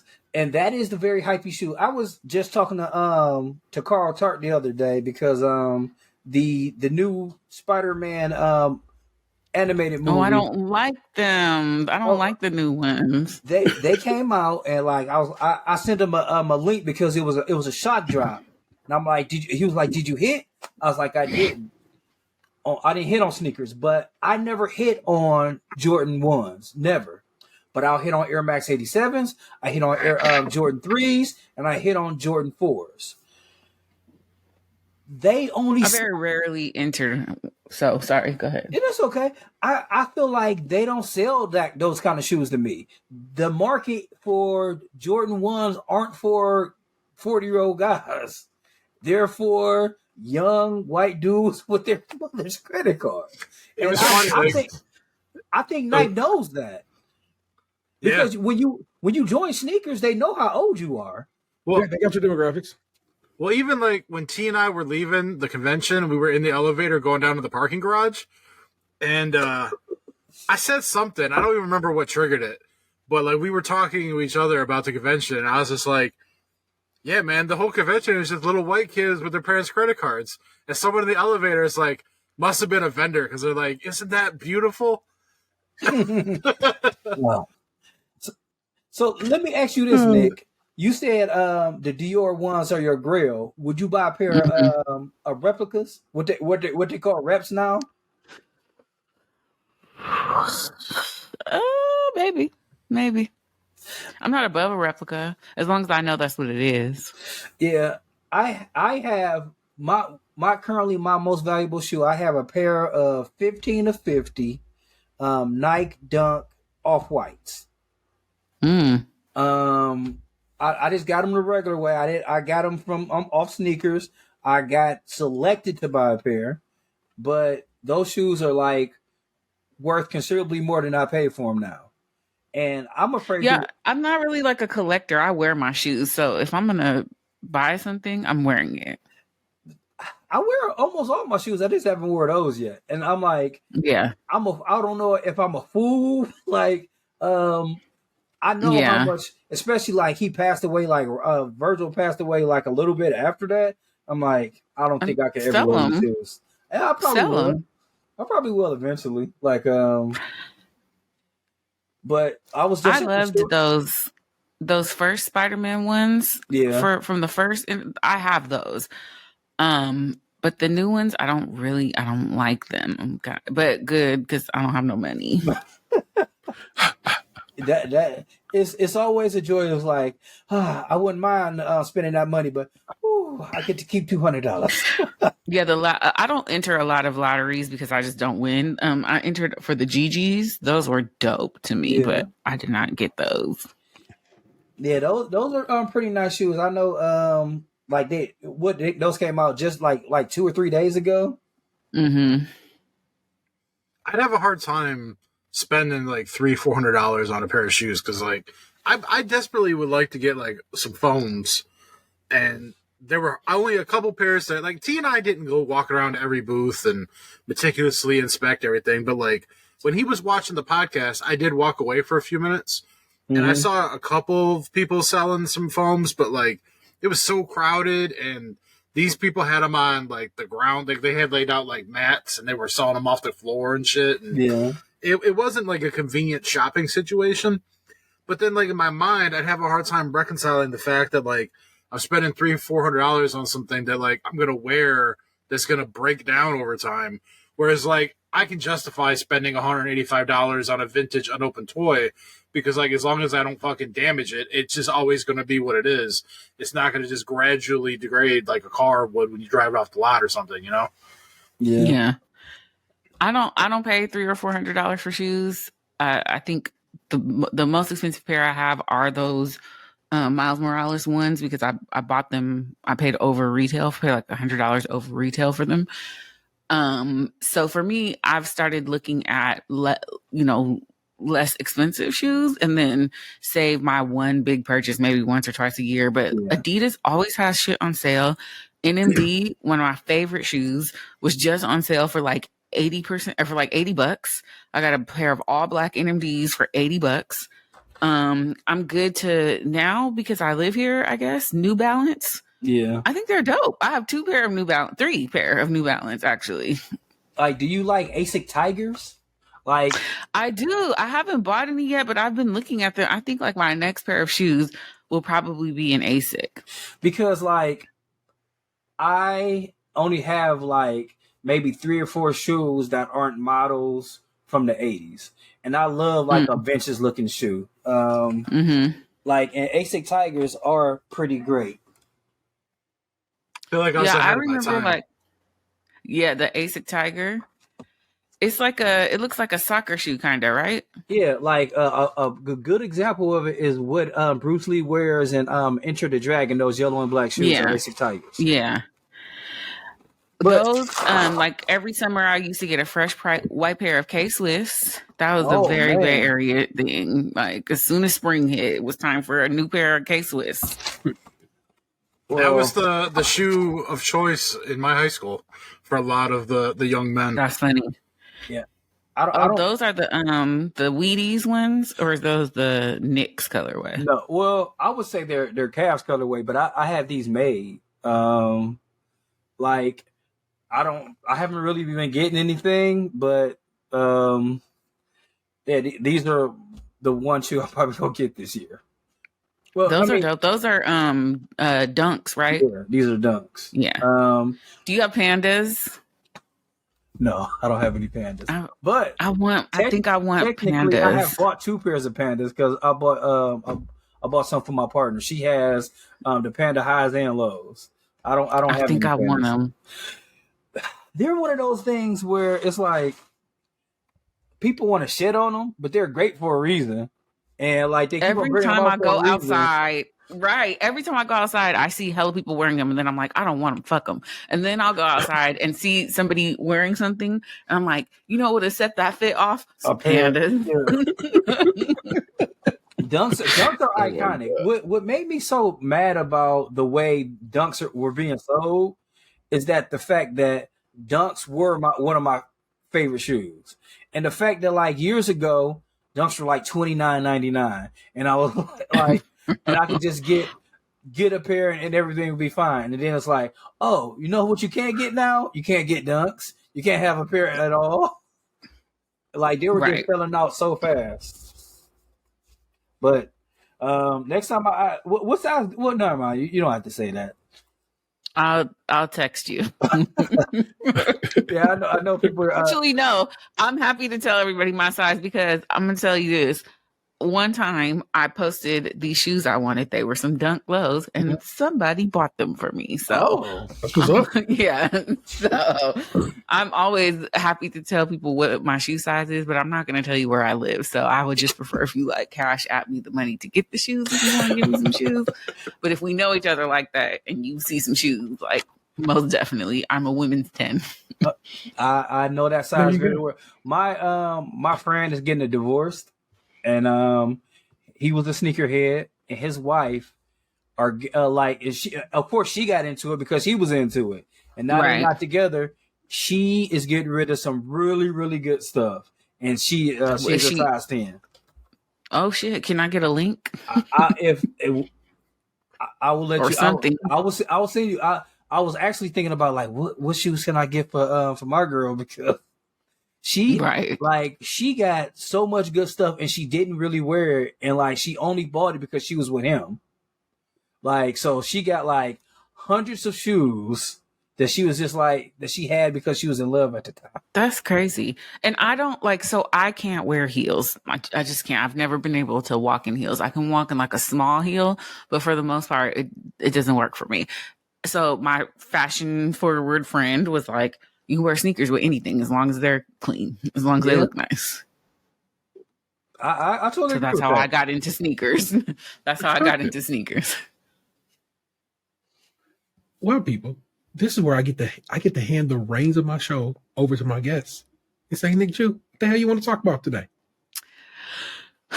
Well, my niece is also graduating from college, from Temple in Philadelphia. Oh, nice. So the whole family is going to be in Philly next week. And then we're going to go to New York City for the weekend. So my brother has previously only been to New York City one time, which was 2 years ago when my niece turned 21. And it was February and cold as fuck. So he was like, I really need to go back to New York City when it's not like snowing and, you know, whatever. So he and I are pretty hardcore baseball fans. Both of us have Yankee Stadium on our bucket list, which oddly enough, as much as I be in New York, I have never been out to the Bronx to Yankee Stadium. So we will be going to a Yankee game while we are in New York City. I do have the opportunity to also go to a Phillies game, which would take another ballpark off my list, but I don't know if I really want to do that because the graduation's like super early the morning after the game. So my mother's coming and she was going to go home. Like, so the graduation's on like a Wednesday and we're heading to the city on Thursday. She was going to go home. And then I was like, it's Mother's Day weekend, actually, next weekend. So I called her. I was like, ma'am, you realize that you're going to go home with all your children, like children and grandchildren, all of them in one location that you won't be in? She's like, oh, well, you know, my dog. And I'm like, your dog? Girl, the children that you gave birth to and the children that one of them gave birth to will be in a place. You need to figure that out, ma'am. So she's like, oh, you know, you guys are going to be going out. I'm like, lady, your son is 52 years old. Y'all going to be going to bed together. Like, trust me, it's not like that. And even if it is like that, take your ass to the hotel and we'll see you when we get back. So I finally convinced her to stay. So I arranged a brunch for us all while the kids are still there, and then a baseball game. And we'll probably, the weather's not going to be that nice, unfortunately, but I've also never walked across the Brooklyn Bridge. My brother wants to do that, so we're going to do that. And then the boys have never been to Philly, so we're taking them for cheesesteaks. So big week planned. I'm super excited about it. Philly is at least the little section I was in was actually very, very lovely, and lots of cool things to see and take pictures of and kind of fuck around with. So I really enjoyed that part of my trip to Philly. Luckily, you're already on that side of the coast. Let me tell you something. You come this way to go to Philly, it is crossing the entirety of Pennsylvania. There's too much damn state. Yeah. And it's just terrible. It's just 2 hours. It's 2 hours for me. I could train it. I could bus it. I could drive it comfortably. It's very close. Yeah, where it's like, what we say? Like 9.5 hours box from here to there? Yeah. Yeah.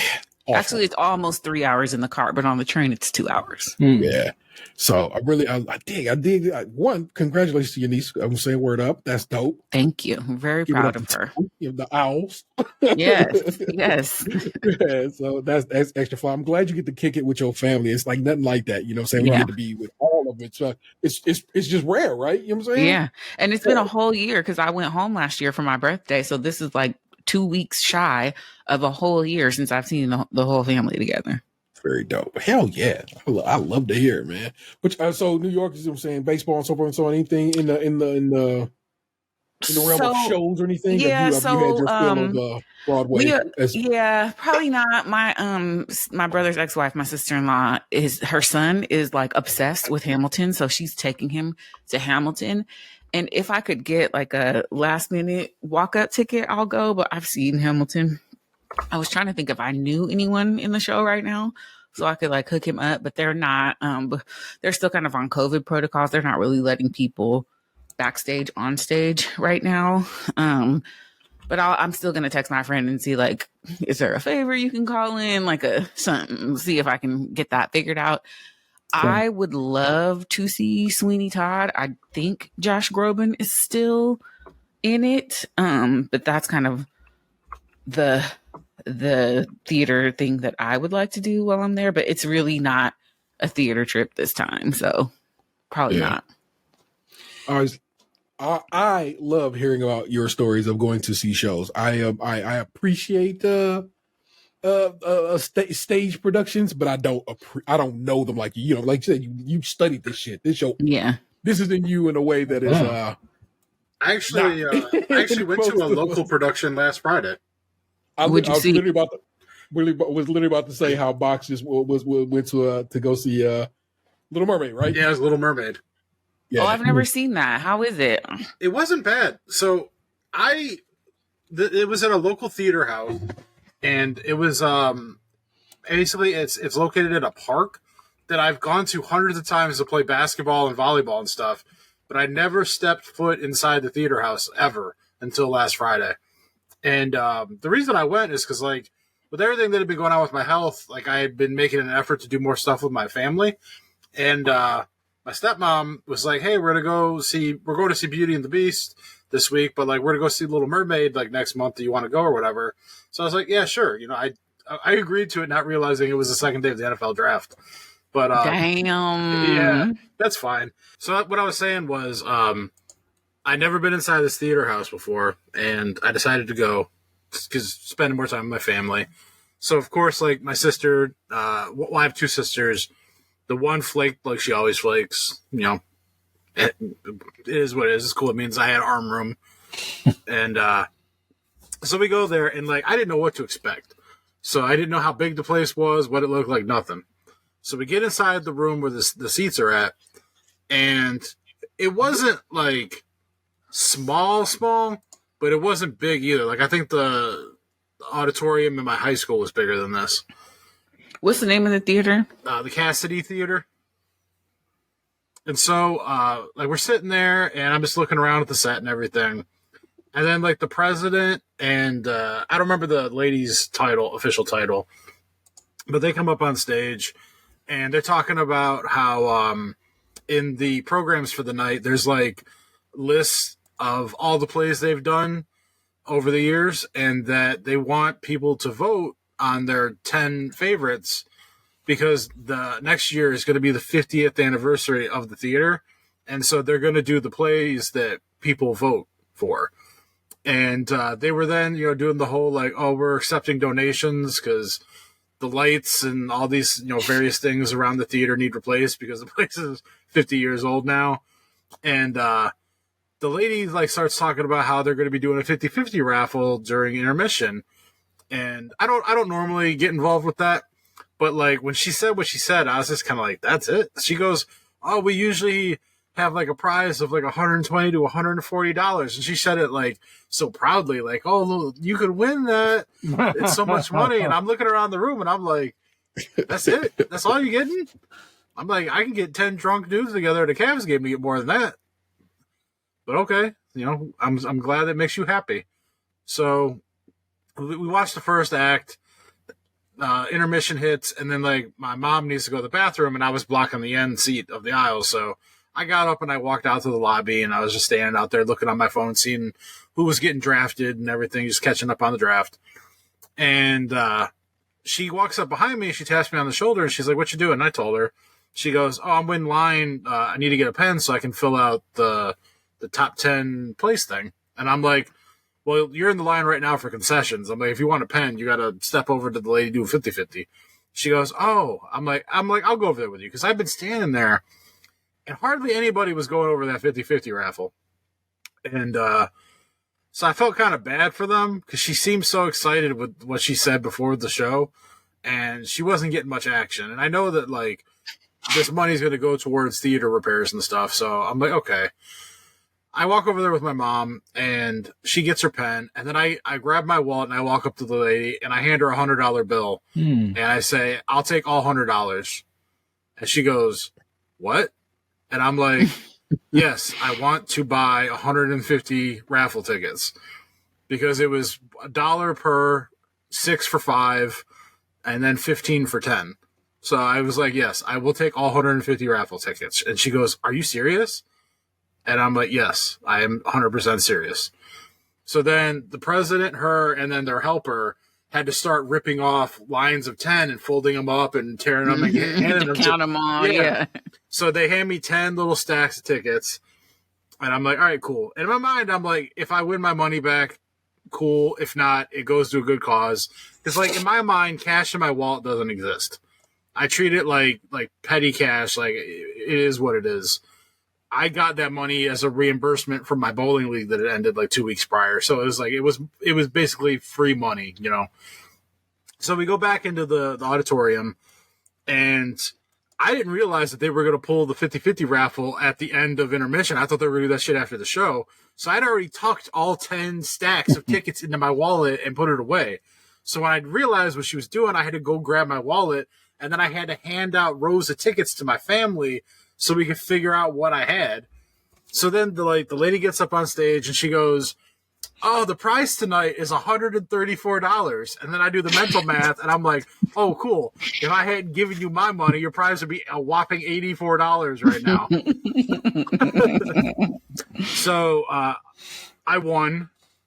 And so when she came to bring me the money and check to make sure I had the winning ticket, when she leaned in, I was like, "Hey, just give me my $100 back. You can keep the rest."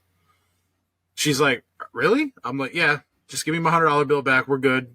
Consider it, a donation." She's like, "Oh, okay. Thank you so much." And she hands me the $100, and then she dips off because obviously they have to start the play back up. So my mom taps me on the arm. She's like, "That was so nice." And I'm like, I'm like I said, if I had lost it, it wouldn't have been that big of a deal. It's the least I could do. I was having fun. It's a small theater. I'm not a rich guy, so it's like I can only help in so many ways. So I did my little part. And I'm sure they really appreciate it too. I just looked at their website just to try to get a feel for what kind of theater it was. Mm-hmm. It looks like community theater, like they probably can't afford to pay their actors. Yeah. Which is some of the hardest working people on earth, people who do theater for free. Mm-hmm. So you did a good thing. Yeah, like I enjoyed the show. I thought like a few things were kind of like that's a tech heavy show, especially if you don't have a lot of money as a theater. I could imagine some of that could be a little difficult without a budget. Yeah, like there was definitely some imagination involved, but like what I'm referring to is like I felt like the lady who was playing Ursula got a little too much audience shine. Like her singing was okay, but it wasn't like standing ovation okay like she was getting. I'm like, she must know a lot of people in this room right now. She's probably the diva. She's probably been working at that theater for years and years. Because Ursula is one of those parts where Ursula is a part that I would play. Like you have you've probably close act 1 and you've got another fun song in act 2. I love those fucking parts because then I get to the theater like half hour before the show starts. I get to kick it, put on my costume while everybody's on stage just fucking chilling. Then you just blow the house down right before intermission, go kick it, and then come back midway through act 2 and then for the finale. You literally nailed it because she closed out act 1 and then she had the part in act 2. Yep, you perfectly said. So she's probably been there a while. And people in the audience love her, probably. I was really impressed with the guy who played Sebastian.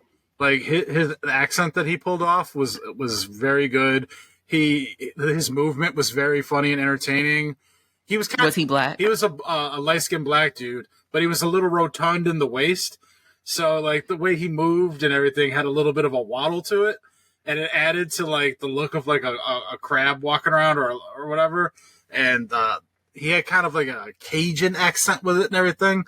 So, okay. So it was very, very entertaining. He was probably my favorite part of the whole thing. Was he the only black person in the show? No. Okay. There were a couple others. There was like a couple Latinos. Always. A couple black people. A lot of white women. But Where the white women at? Yeah, so like Sebastian was my favorite part of the play, and then one of Ariel's sisters was one of my favorite parts of Eye Candy. The show boo. So whenever I go watch a show, I'm like, okay, who's my show bae? There's usually somebody in the ensemble too. I'm like, oh, there he goes. Yeah, there was like a part near the end when they were doing the last song sequence, and like Ariel's sisters were sat off to the left side of the stage. And I had my eyes locked on the one sister. And then, like, she's like, we locked eyes. And I'm like, I'm not breaking eye contact. I'm looking at you and I want you to know it. So some like inside baseball, that's a thing that that we do on stage too. Like, let me find my audience bae. Oh, like, nice. I'm gonna do a show for him tonight. I as we discussed this, I was like, man, Box Bro, that could be something you do in your community.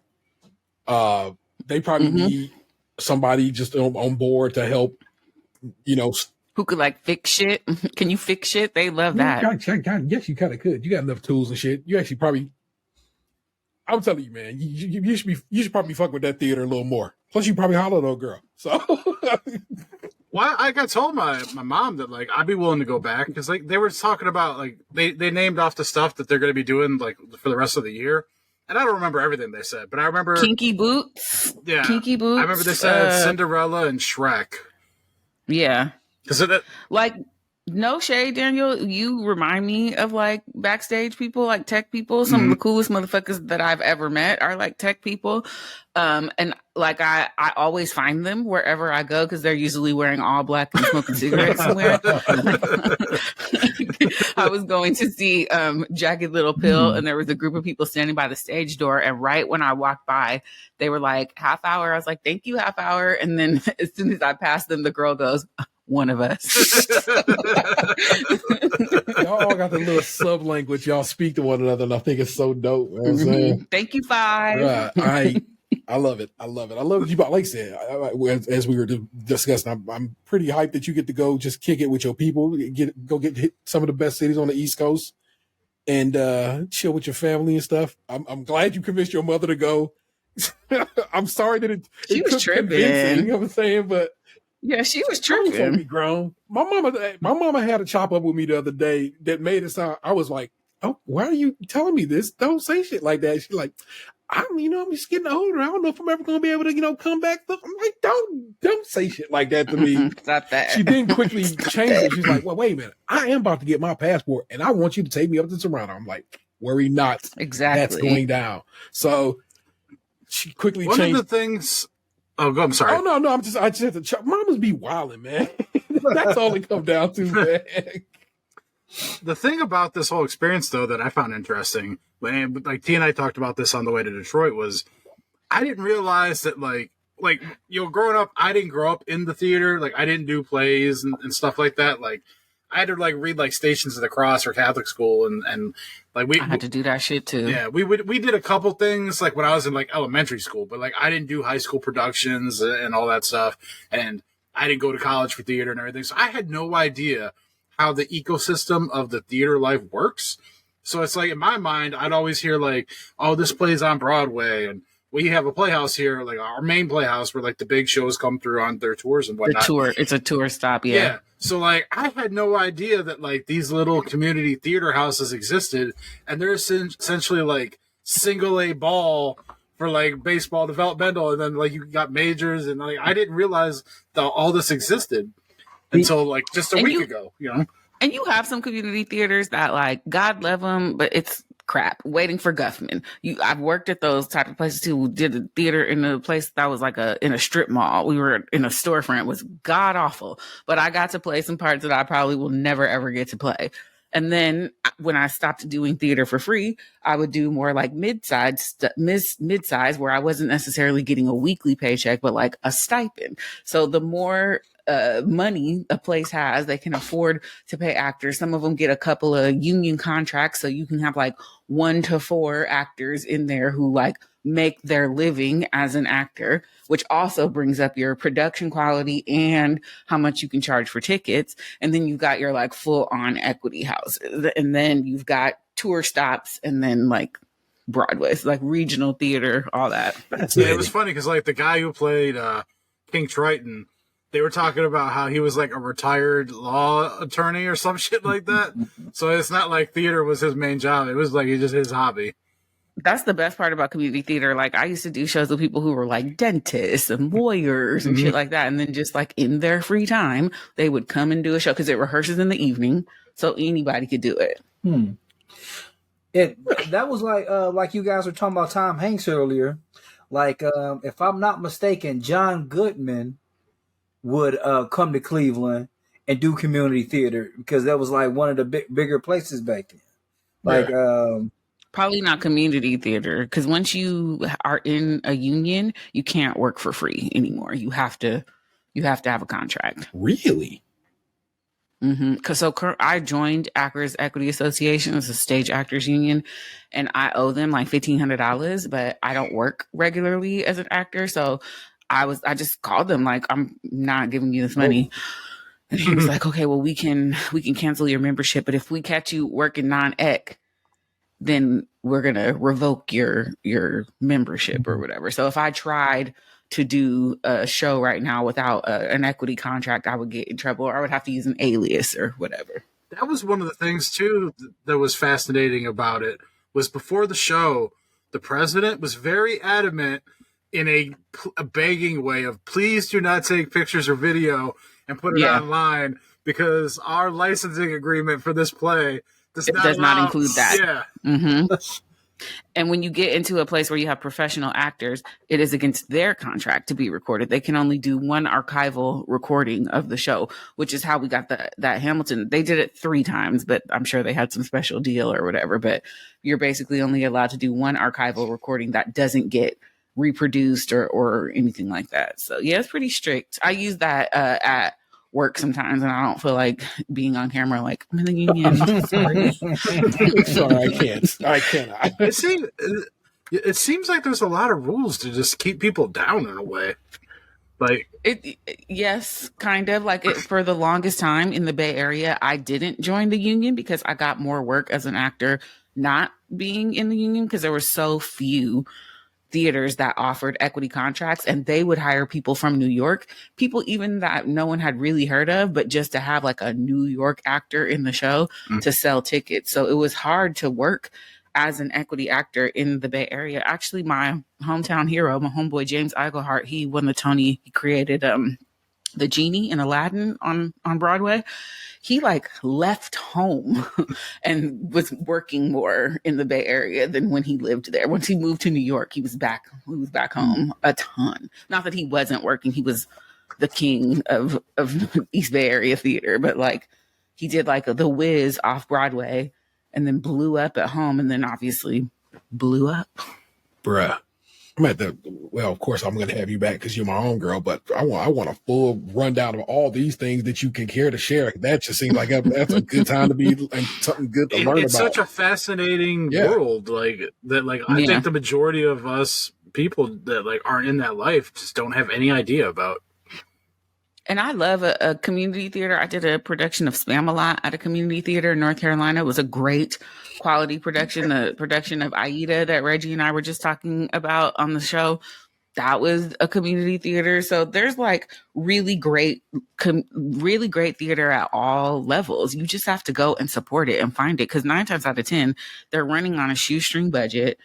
Usually actors are the last people to get paid. They'll pay a director. If there's a musical, they'll pay musicians. A lot of actors are volunteering their time, but they're so passionate about the work that they'll do it for free. There you go, folks. Look what you just learned. That's wild out here.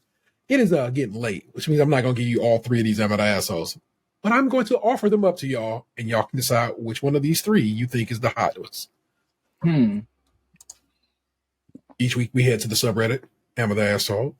We read some amateur assholes. We decide if they're an asshole in our mind, and we go from there. It's a delight. We was doing it before that shit was cool. I still do it now. I must always make that point. Now the whole internet be doing it. I'm like, I was doing it first. Josh so-and-so's. So here are your options.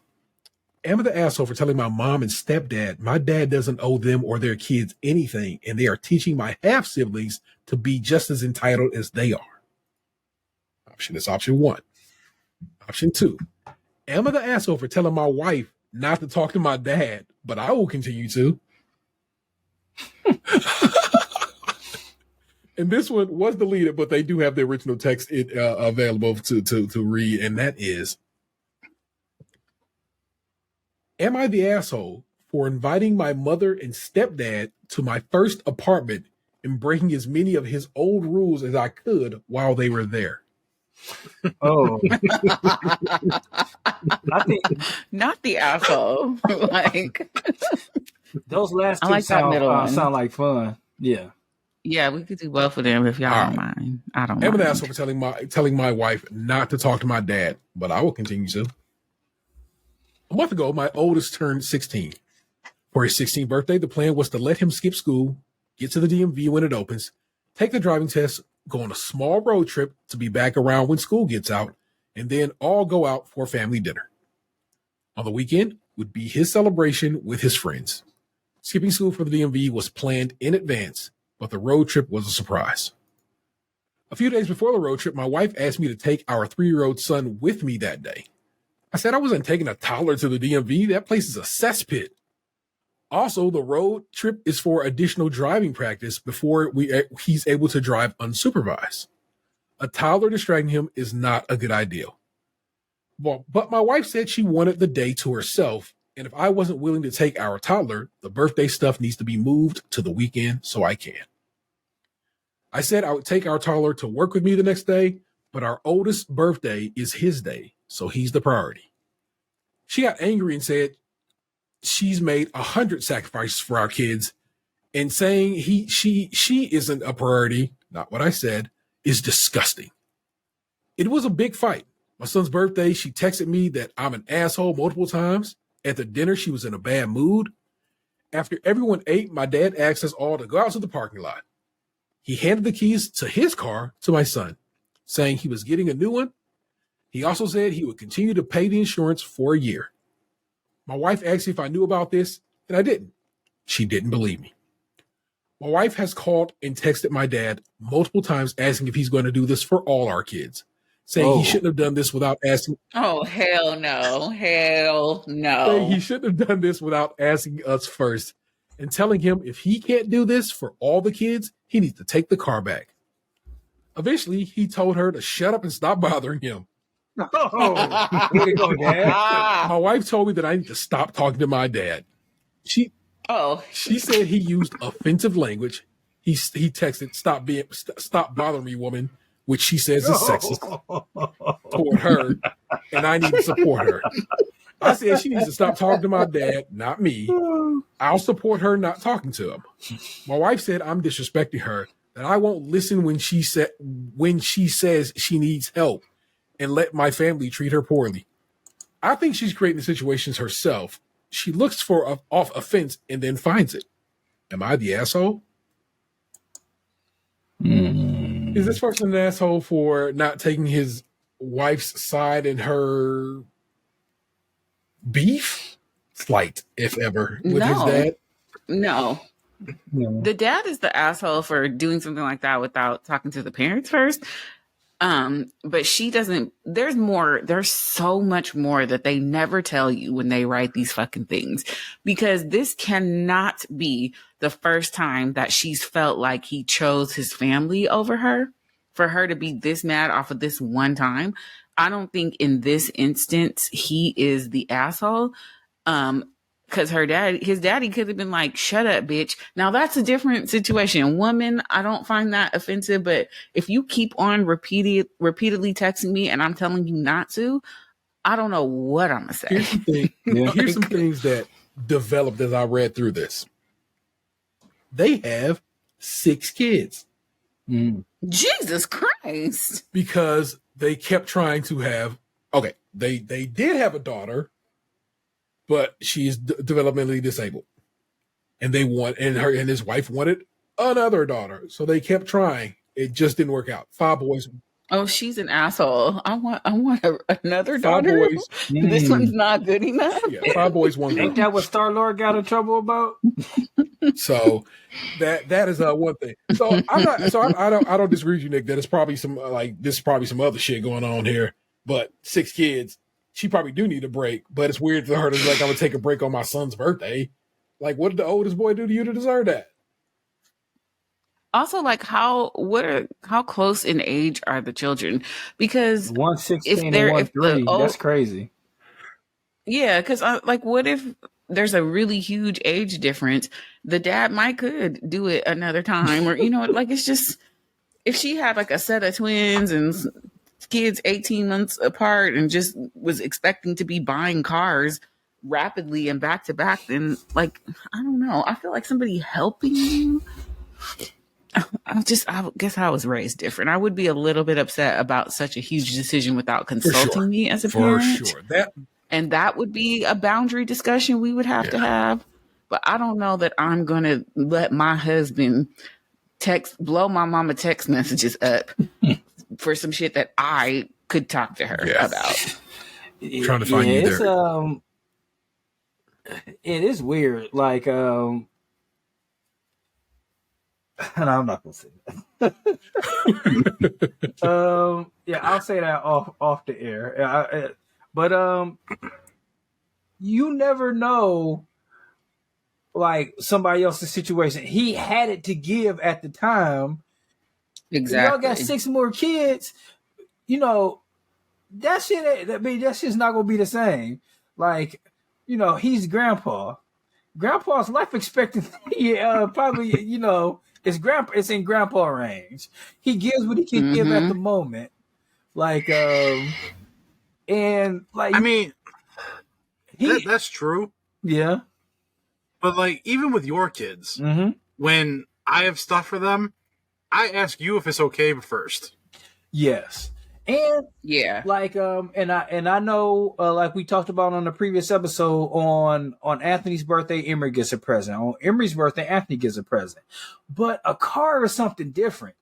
Like, and usually even then on their birthday, you know, Emery ain't getting nothing bezeled out on Anthony's birthday. He getting something okay, but he ain't getting like look, Anthony's getting birthday presents. You get like, this is really cool, but you only got one. Like Anthony might get 4 things, and you might only get 1 or 2.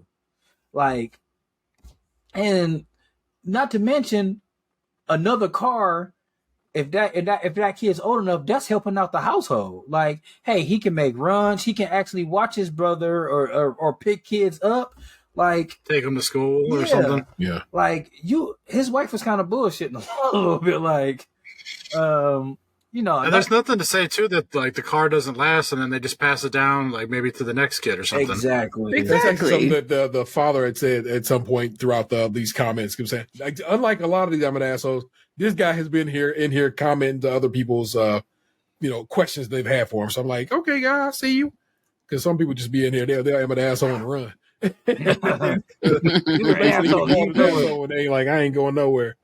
One lone pink comment from a paranoid ex-boyfriend is this person's name, and he said, we don't know if her boyfriend is available on any of the other days, because basically people were trying to say she must wanted that day because she could go see another man, and then they found out they got 6 kids and so forth and so on. He's like, nah, bro, she ain't seeing no other man with 6 kids. I mean, she got 6 kids. She got that snapper, so who knows?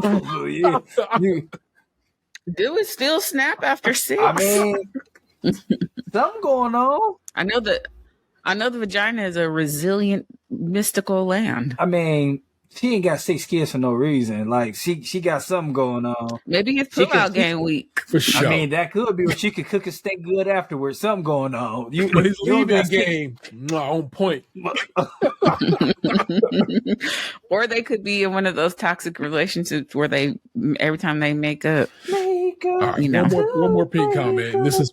Wait, I have a question. What is the significance of the pink comment? So pink comments are comments that in Reddit that have been given multiple awards and have been blown up and basically got lots of likes and stuff like that there. And so basically it means they've said something poignant and or important to the cause. And in this case, I'm going to read you another one. So when we do these, I'm saying I'll read the pink comments. Normally I'll read all of them, but sometimes they get a little too out there in the woods. So I'm going to give you this one on this one. And this is from Vine Gargirl 757. I always try to credit these people with their work. I was looking for this comment because that was my gut instinct too. My mother used to pull this crap all the time. One birthday, I planned on just getting lunch with my brothers. My mother threw a fit and demanded that she needed to go shopping, and my brothers and dad had to go with her. Got to get those sales. No one called or let me know. I was stood up on my 25th birthday. Not the asshole, but I'm going to guess this isn't the first time your wife has needed to be the center of attention. Good or bad, messed up plans for her needs. Your son is getting more independence and privileges as he gets older, and narcissists, people be too loose with that shit. Let me let you know that. Yeah. Frequently feel the need to exert control or punish in these kind of scenarios. As for the car, my grandmother also gave me her old car. My mother then sold it to another relative. Never saw the money from that. I brought another car, and then she stole it. She was always petty and jealous if something wasn't about her or if she didn't get something, especially if she didn't get the best of something. I didn't bother again until I was in college and had internships lined up. Keep an eye on your wife and provide some support to your son. I'm guessing that this has been going on longer than you realize. This is the problem with Reddit. People be just out here making up stories in their mind. You have no idea what this woman is going through, and you have just decided based on this one little bit of information that means she must be a narcissist who's out to hate on her son and his whole life. Haters gonna hate. And apparently, hella people were like, Yeah, and got all kinds of awards and rewards and so forth and so on. I'm just like, y'all got to chill with that kind of shit. That's the problem with Reddit be full of motherfuckers diagnosing disorders that didn't exist or need to be even stated about, and we always have to point that out. You know, I think Reddit is like the dark web. I'm scared to go on Reddit. There. The main thing I do on Reddit is basically hip hop vinyl. It's a delight. It's just motherfuckers talking about records. And Analog Pocket, which is this Game Boy type thing I got, and I'm always finding out what to do, some new shit with it. So that's basically what I'm on Reddit for. And we come to do Emma. I don't even follow Emma the Asshole. I get some Emma the Assholes for the show and whatever, but I don't. This is not a place I regularly hang out at. It's a little too much funk for your boy. The other one, Emma the Asshole for inviting my mother and stepdad to my first apartment and breaking as many of his old rules as I could while they were there. Like I said, this one got deleted, but the original text is available, and of course, it'll be in the notes. You can go read it. I, 24 female, got my first apartment without roommates a couple of months ago. I finally got my stuff settled in last month and decided I'd invite my mom and stepdad over to celebrate me having my first home. I should bring up, however, that I hate my stepdad's guts and always have. My stepdad came into my life less than 6 months after my dad died when I was 6. He was the classic gruff, stoic stepdad who never smiled and seemed to think that affection was a waste of time. He enforced a ton of very strict rules, many of which he admitted he didn't have a reason for apart from enforcing discipline. I wasn't allowed to listen to any music he didn't approve of or like, which ended up being most music I liked. I wasn't allowed to have any friends over. I wasn't allowed to wear anything that showed my shoulders, thighs, or stomach. Nobody was allowed to have the TV on during dinner. These are just a few of the rules we had. He doesn't drink or allow anyone in the house to drink, even me after I was 21. On the suggestion of one of my best friends, I decided to turn dinner into a chance to show him he can't control me anymore. Show my stomach. As many rules as I could. I invited said friend to come to dinner as well. I warned them in advance we'd have extra company. So I wore a crop tank top and this skirt that's 3 inches away from being a mini skirt. I bought some wine for myself and my friend and my mom. I had the TV on for all of dinner, as well as the song I always loved that he would never let me listen to. It's not inappropriate. It doesn't even have lyrics. He was visibly uncomfortable the entire time, but didn't make any comments beside, "You really need to figure yourself out." My mom said nothing and even had some of the wine, but called me the day after. She said I was being petty and I should have just let bygones be bygones or stop speaking to him. I plan to do just that. But first, I want to show him how he doesn't own me. Is this person an asshole? I mean, I don't think it's that big of a deal. I just think it's funny. Yeah, I mean, in the grand scheme of things, this gets the Anthony rule. Yes, you're an asshole for not being an asshole, but at the heart of it, you knew you were being an asshole. You're being cheeky. Okay, there we go. Not actually the whole, just the cheeks. You were being cheeky. You're being a cheeky little little something. Like you knew what you was doing. Like, he said he sounded like a real churchy dude. Like, no, I want you to not wear long skirts. I want you to short skirts. Or short skirts. Probably wanted to wear long skirts. Yeah. You can't watch All in the Family while we eating dinner. Watch it after. So she knew, the person knew they were being an asshole, but they just wanted to taste some just desserts a little bit. When I read this, Not an asshole, kind of petty, but not an asshole. So when I read this, I was like, "Yeah, you're an asshole. This is literal asshole behavior. What you've done here is an asshole, and clearly, you know what I'm saying. He is rent free in your head this whole damn time. Yes, He won. Yeah, He won. Certainly he did. And I guess going forward, maybe no longer. But bruh, he really had you wrapped up, didn't he? And doing this, I guess, hopefully it made you feel better, and hopefully it made you close that part out and so forth and so on. But yeah, it's an asshole thing to do. It doesn't make you You know what? I switched sides. I switched sides. I agree with you, T, because now look at the position you put your mother in. Yeah. Like, you could just not have him over. To me, that's the win. Like, guess what, motherfucker? This is my house. I do what I want in here, and you can never come. Yeah. Or maybe just not do every single thing on the list. Right, at once. Like sprinkle them in like one at a time or something. Like also, Monday short skirt. It's okay to not have the TV on during dinner. Maybe we can talk. Right, like, did you die? Look at you. Have your own apartment. You seem pretty successful in life. Like, did the discipline kill you? Send him your therapy bill then. Well, and in the story here, the dude didn't even pop off about it. Like, he probably said something to the wife when they left, but like, she makes it sound like he just took it and didn't fight her about it.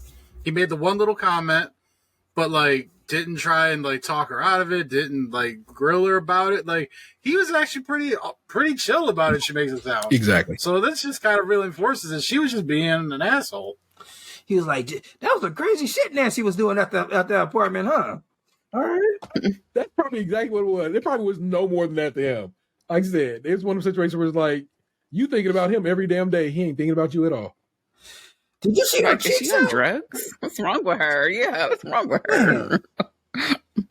Wasn't that the way like kids and young people are though? It's like you try to teach them one thing and they try to rebel and they go the complete opposite direction, and then something bad happens and they go, "What? You were right."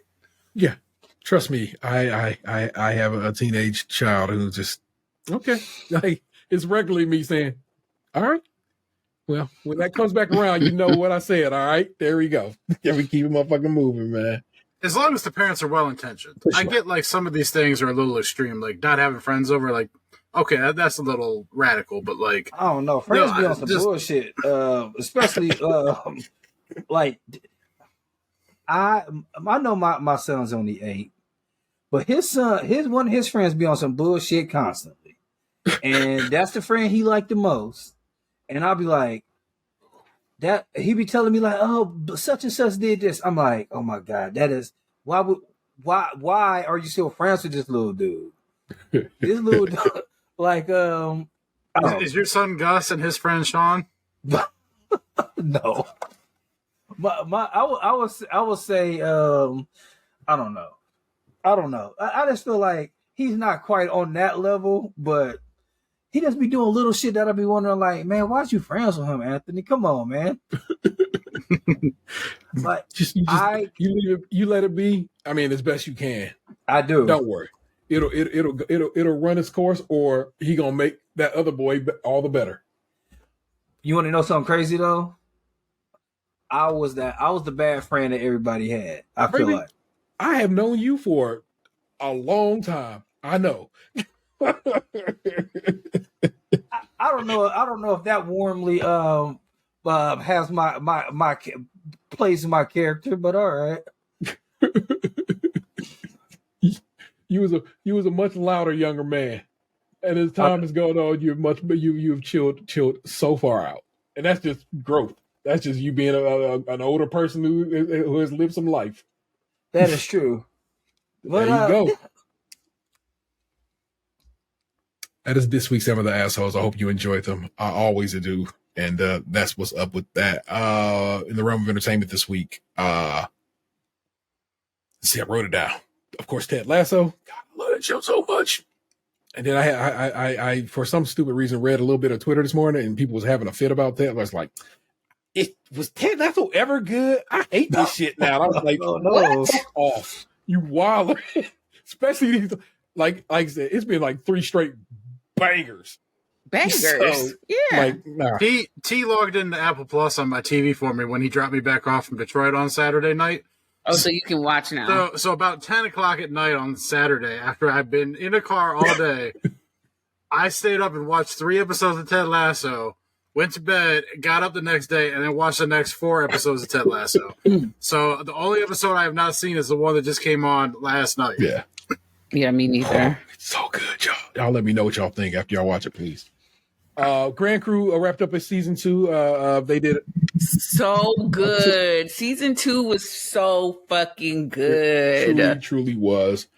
I love that show. My homeboy is in that show, so that's words of Carl's heart. So, but in general, I truly enjoy the show even without him. And the writers on that show do such a good deal. Phil August, who runs that show, does such a good job. It's dope, and I'm hoping we get a season 3. I'm hoping we get a full order, and so we can get a 22 episode run and not these little 10s. But I'll take the 10 if that's all you're gonna give me. Trust me, I'll take it. With this writer strike, though, it's a little bit of a lot going on. So I don't pay for the ad free version of Peacock, so you can call me cheap on that.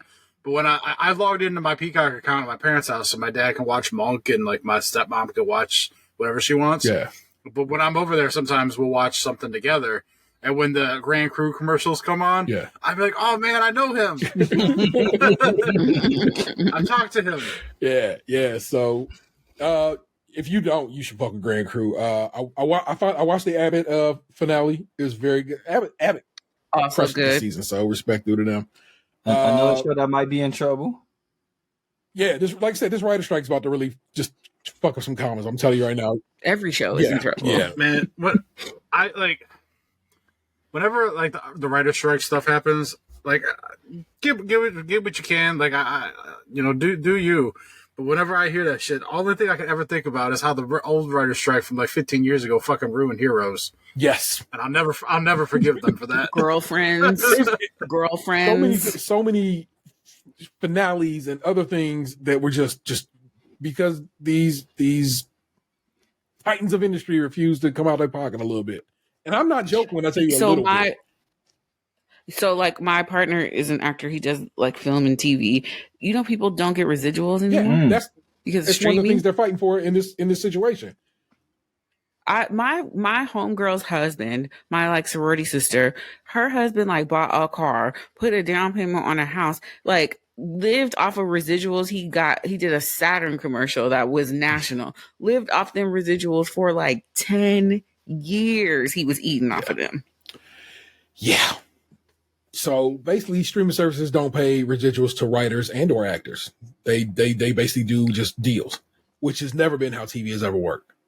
And because now every TV station owns a streaming service, they just like, nah, I ain't paying you no residuals, but I'm gonna show everything you ever worked on over and over again forever. And that just can't be how this functions. And it won't. When it come down to it, they gonna come out them pockets eventually. So, like I said, and especially because I read today that all the other various guilds and associations are talking about just joining in with this strike. So SAG-AFTRA and the Directors Guild, the Producers Guild and stuff like that is also like, oh yeah, it's probably about that time to get this streaming shit in check and in order, because we done let it be. Initially, when it was the contract was written, it was basically the streaming was YouTube. There was no other options. And so now there are so many options. In fact, streaming is just basically the way it's done now, that all these things have to be addressed. And so if you love Grand Crew and you love Abbott Elementary and you love Black Lady Sketch Show and you love Ted Lasso, all these shows, all these things are written by guild and union writers. They're acted in most of the time by, guild and union actors and so forth and so on. And make sure they get their dough. So you speak out there and helping people out, man. T, do you watch Blind Spotting? No, tell me about that. What is this on? So Blind Spotting, I think it's on Stars, but it was a movie with David Diggs and Rafael Casal. David was also in Hamilton. Yeah. He also is on, what is it called? He was on Blackish. He played the brother on Blackish. Yes, he was Bo's brother, but he's on some other show that's like futuristic kind of on Amazon Prime. Okay. David's dope. So there was a movie handful of years ago about this kid in Oakland who gets pulled over by the cops, and it's very theatrical. There's like because they're theater people. So the movie is very theatrical. The show is same premise, but, you know, episodic, and there's always a magical realist element to each episode, but it's set in Oakland, so there's like a sideshow that turns into a ballet or some shit like that. But it's a pretty good choice. My partner was actually he's on a couple of episodes of that. Jasmine Cephas Jones is the lead on that show. Yes, she's the lead, which is Ron Cephas Jones' daughter from This Is We. And Anthony Ramos' ex-fiance, I guess. I think he got caught cheating. Oh, I did not know that. Do. Yeah, they got together during Hamilton. Lord. Oh, it's my out here cheating. Oh, Picard. I told you I was gonna watch Picard. I went all the way through it, all of it. And I sat and talked to my mama. I went to go get my kid from practice and ended up sitting in the driveway talking to my mama for a good 45 minutes about Picard. Because me and her, like I said, used to watch Next Generation when I was little. Well, younger, I definitely wasn't little. And so we chopped it up about Picard for almost an hour, and I loved every bit of it. I loved every bit of Picard, and I loved talking to my mama about it. And it was so dope just to sit and chop it up with her about it. And Resident Evil 4, I'm playing on Xbox still because it's my shit. And Zelda come out next week, and that'll probably be what breaks me away from from Resident Evil 4.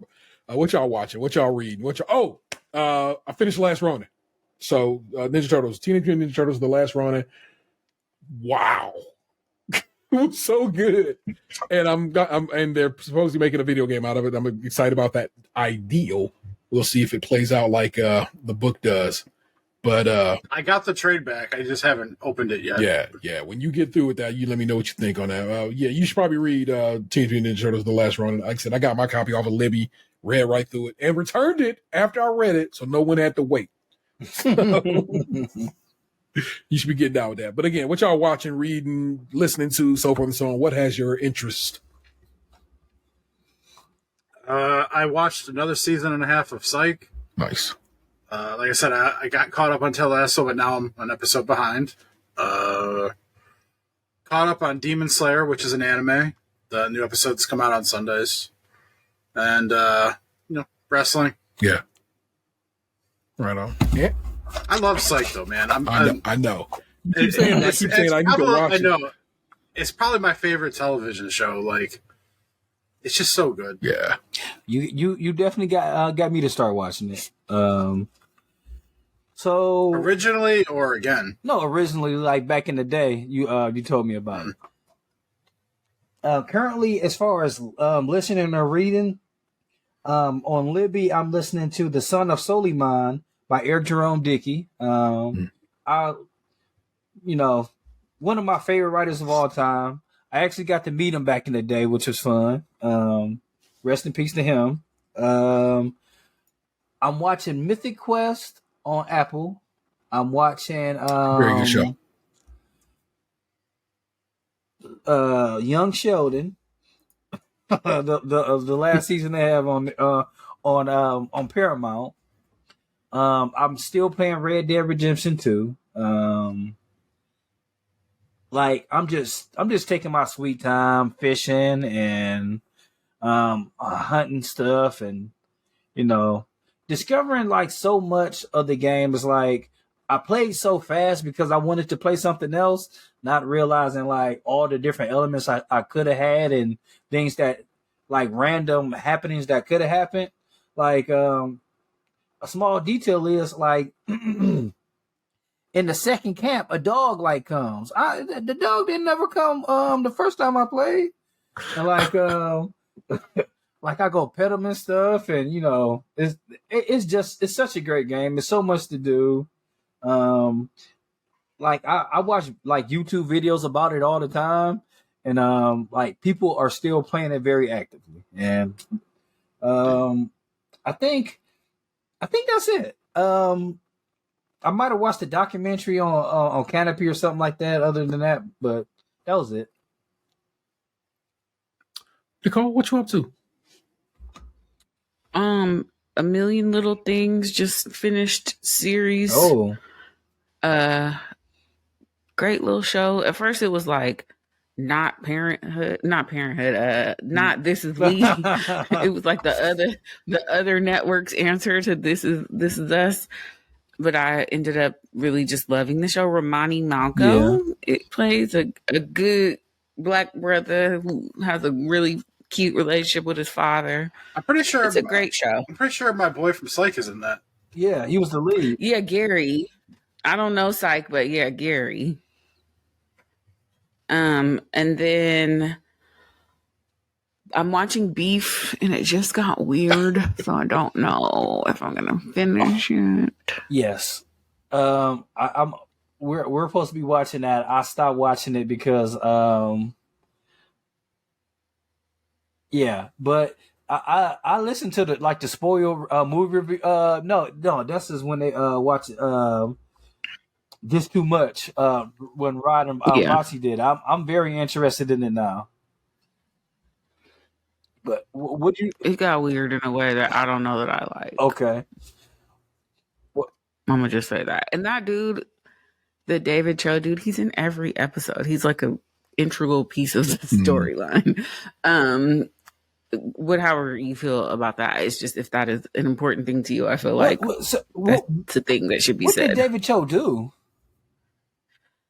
He made a really disgusting rape joke on several podcasts, and then he said that it wasn't a real story. He fabricated the story, so he didn't actually do anything illegal. He's just made a very tasteless joke several times. And he and the person that he victimized in his story was a black woman. It was no bueno. Yeah. So I don't know if I'm ever watching Beef. It's not because I'm like, fuck that dude. I don't know if it's it's not to that level. It's not to that level for me. But he's like not that good of an actor. There you go. So and he's in every episode, like every episode. I don't believe in that whole like let's tank the show because a dude that did something we don't like is in it. I think that's total fucking bullshit. I think Ali Wong and Steven Yeun are acting their asses off. It just took a turn that's not to my taste. I don't have like a moral stance against the show or whatever. I'm super excited. A season of Jewish matchmaking just dropped on Netflix. I was talking about it on Twitter today. What's up with that? It's new.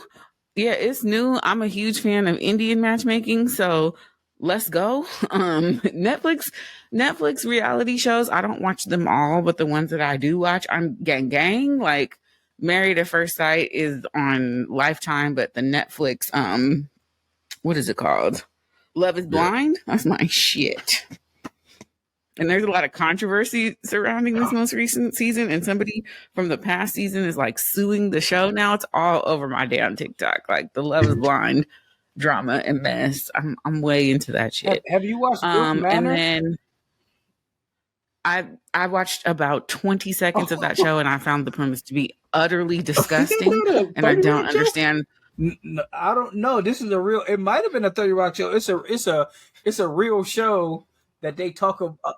I think it's disgusting. It's a bunch of women and their sons, and the women are dating each other's sons. No, it's filthy. No. They talk about it a lot on My Mama Told Me, and I was like, I have never seen it before, but it's on Discovery Plus. I'm like, no, and I watched some trash, and I was disgusted. I watch all the like 90 Day Fiance, that whole universe. I'm all about that. But this was just a bridge too far for me. Especially watching Seeking Brother Husbands, which is TLC's answer to Seeking Sister Wife. Seeking Brother Husbands. Wow. Get into it. And podcasts, there were a bunch of clips of these two like older white ladies just like complaining about shit. And I went and found their show. It's called I've Had It. And it's fucking hilarious. It's amazing. It's my newest podcast obsession. Oh my God. I think the 30 Rock joke was MILF Island. So, pretty close to that's basically what it is. Yeah. Good gracious, people. That is, whew. Here, let me check one little email before we step out of here. Make sure anybody don't email me. Oh, but I do have to, of course, give shouts out to our the homie April, who pulled something off our Amazon list and sent a new, which is necessary because the other one broke. Can I reach in this drawer and pull it out? New as in, I have not even properly unwrapped this bitch yet. I can't kind of see it, but that is the tripod, and like I said, still in the wrap ring light. Thank you, April, for that. That was fun. If something showed up on my porch, and I'm like, I know I ain't ordered shit. What the hell is that? I'm like, there we go. When I open it up. So thank you, April, for pulling stuff off the old wish list. I do not visit enough on that wish list to keep it up to date, and I probably should. But thank you for thinking of us and sending stuff our way. You are the best. And I'm very, very thankful to have you as a listener and a supporter. But you know the deal. Please rate, review, subscribe, share, all the good shit. You know what I'm saying? Everywhere that it is. I just went and looked at our YouTube. Well, one, because we switched hosting, the show has not been posted to YouTube, which means I need to go do it manually. But one of our episodes got like so many listens. I was like, how the hell is that possible on YouTube? And I think it's because the title, and the title, of course, was an erotic thriller. And I think there's maybe been a disappointed who go over there hoping they got to get some things. And I'm like, sorry, guys, that's really not what the show is about. But hey, thanks for the visit. So I had to laugh when I saw dabble, though. You know? I don't know if it's because I'm here, but y'all haven't talked about dicks not one time this episode. No dick discussed. There's no better time than the present. I kind of opened up. I've been trying to work less blue. I'm sorry. I'm so blue. I can't help it. I have a dirty mouth. Listen to the show, and I swear. So I mean, it is what it is. I sure wish I had known that before I got on here, cousin. Now your mama gonna think I wasn't raised right. That's not my mama's fault. I'm just like this. It's all too good. AP know what's up. Thank you, Mom. I love you. If you are so inclined and thinking, hey man, these guys been doing this for 10 years and I kind of fuck with them and I like what they're up to, man, then we got a Patreon. It's dope. We put stuff up. I need to put up a couple of things. Sorry. There's stuff in the queue worrying now. I have so much stuff that you, the patrons, can and will get, including 2 things that Ant has done with the boys that I need to get up and post it for you guys. But starts as low as $1, goes up to 10. If you are so inclined, come get down with the Patreon. We be having a good time with it. Buy a shirt.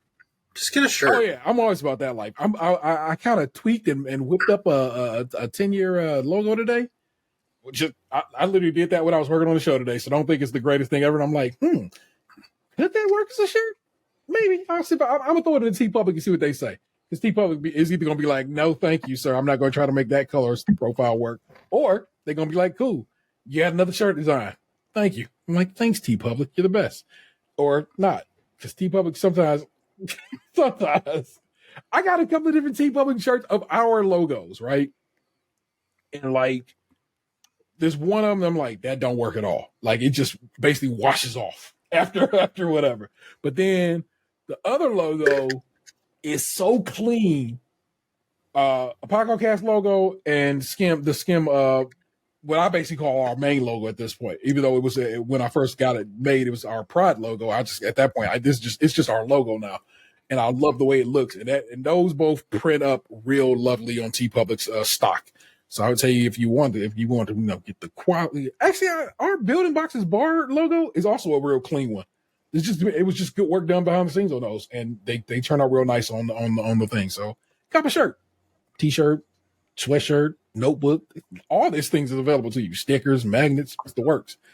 So they're available to you.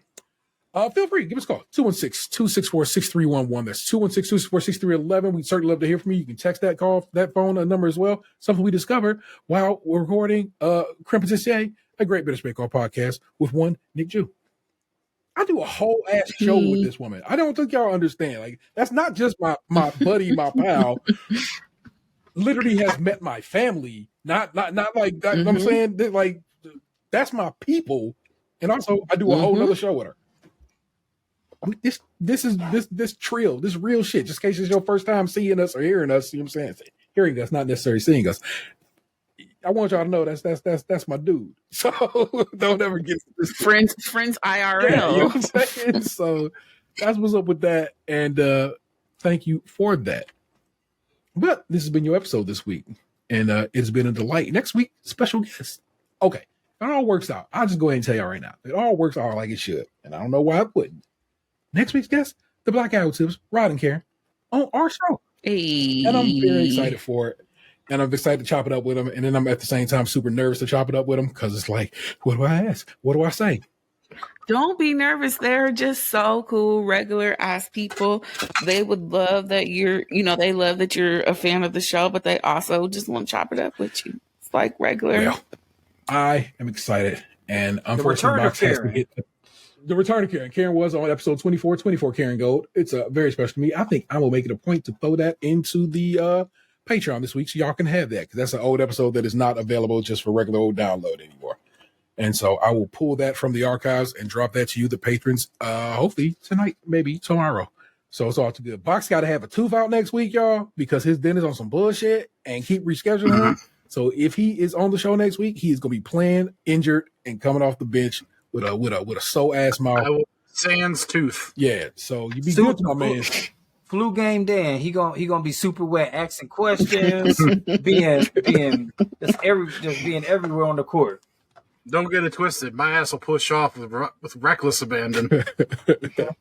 People, we've been doing this for 10 years. We are Cleveland's longest running podcast. And at this point, I say that with no guesswork to it.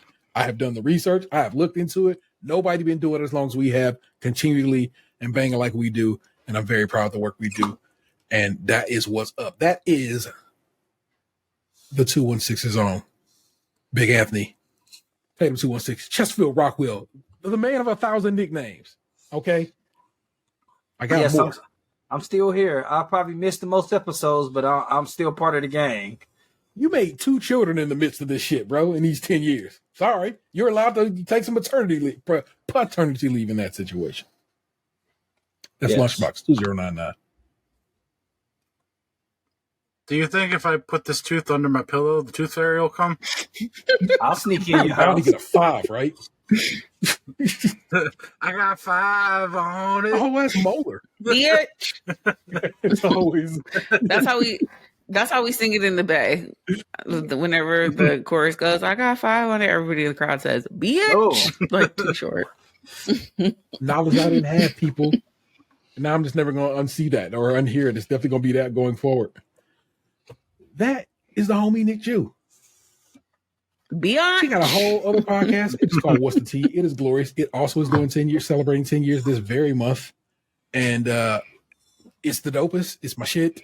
I download it in one app and listen to it on Spotify. Therefore, it's double helping of listening ship. You know what I'm saying? It's always in my top 10. I appreciate top you. 5 every year because that's my shit. Make sure to support. I listen to our show sometimes more than once because I want to hear it on my phone out loud, in my headphones, in the car, because I take it all as like a learning lesson to be a better producer or whatever. I appreciate y'all having me on, especially for this 10-year anniversary. NicJu on Twitter, NicJu. Same thing on Instagram, but it's NicTheJu. If you want to follow me, I think that I'm funny. My Twitter is blocked right now because I don't trust Elmo. Like, I think this motherfucker might do something sadistic and just like release everybody's DMs publicly. So just keep my shit locked tight. They ain't gonna find nothing from me. I'm the Sahara Desert of the DMs.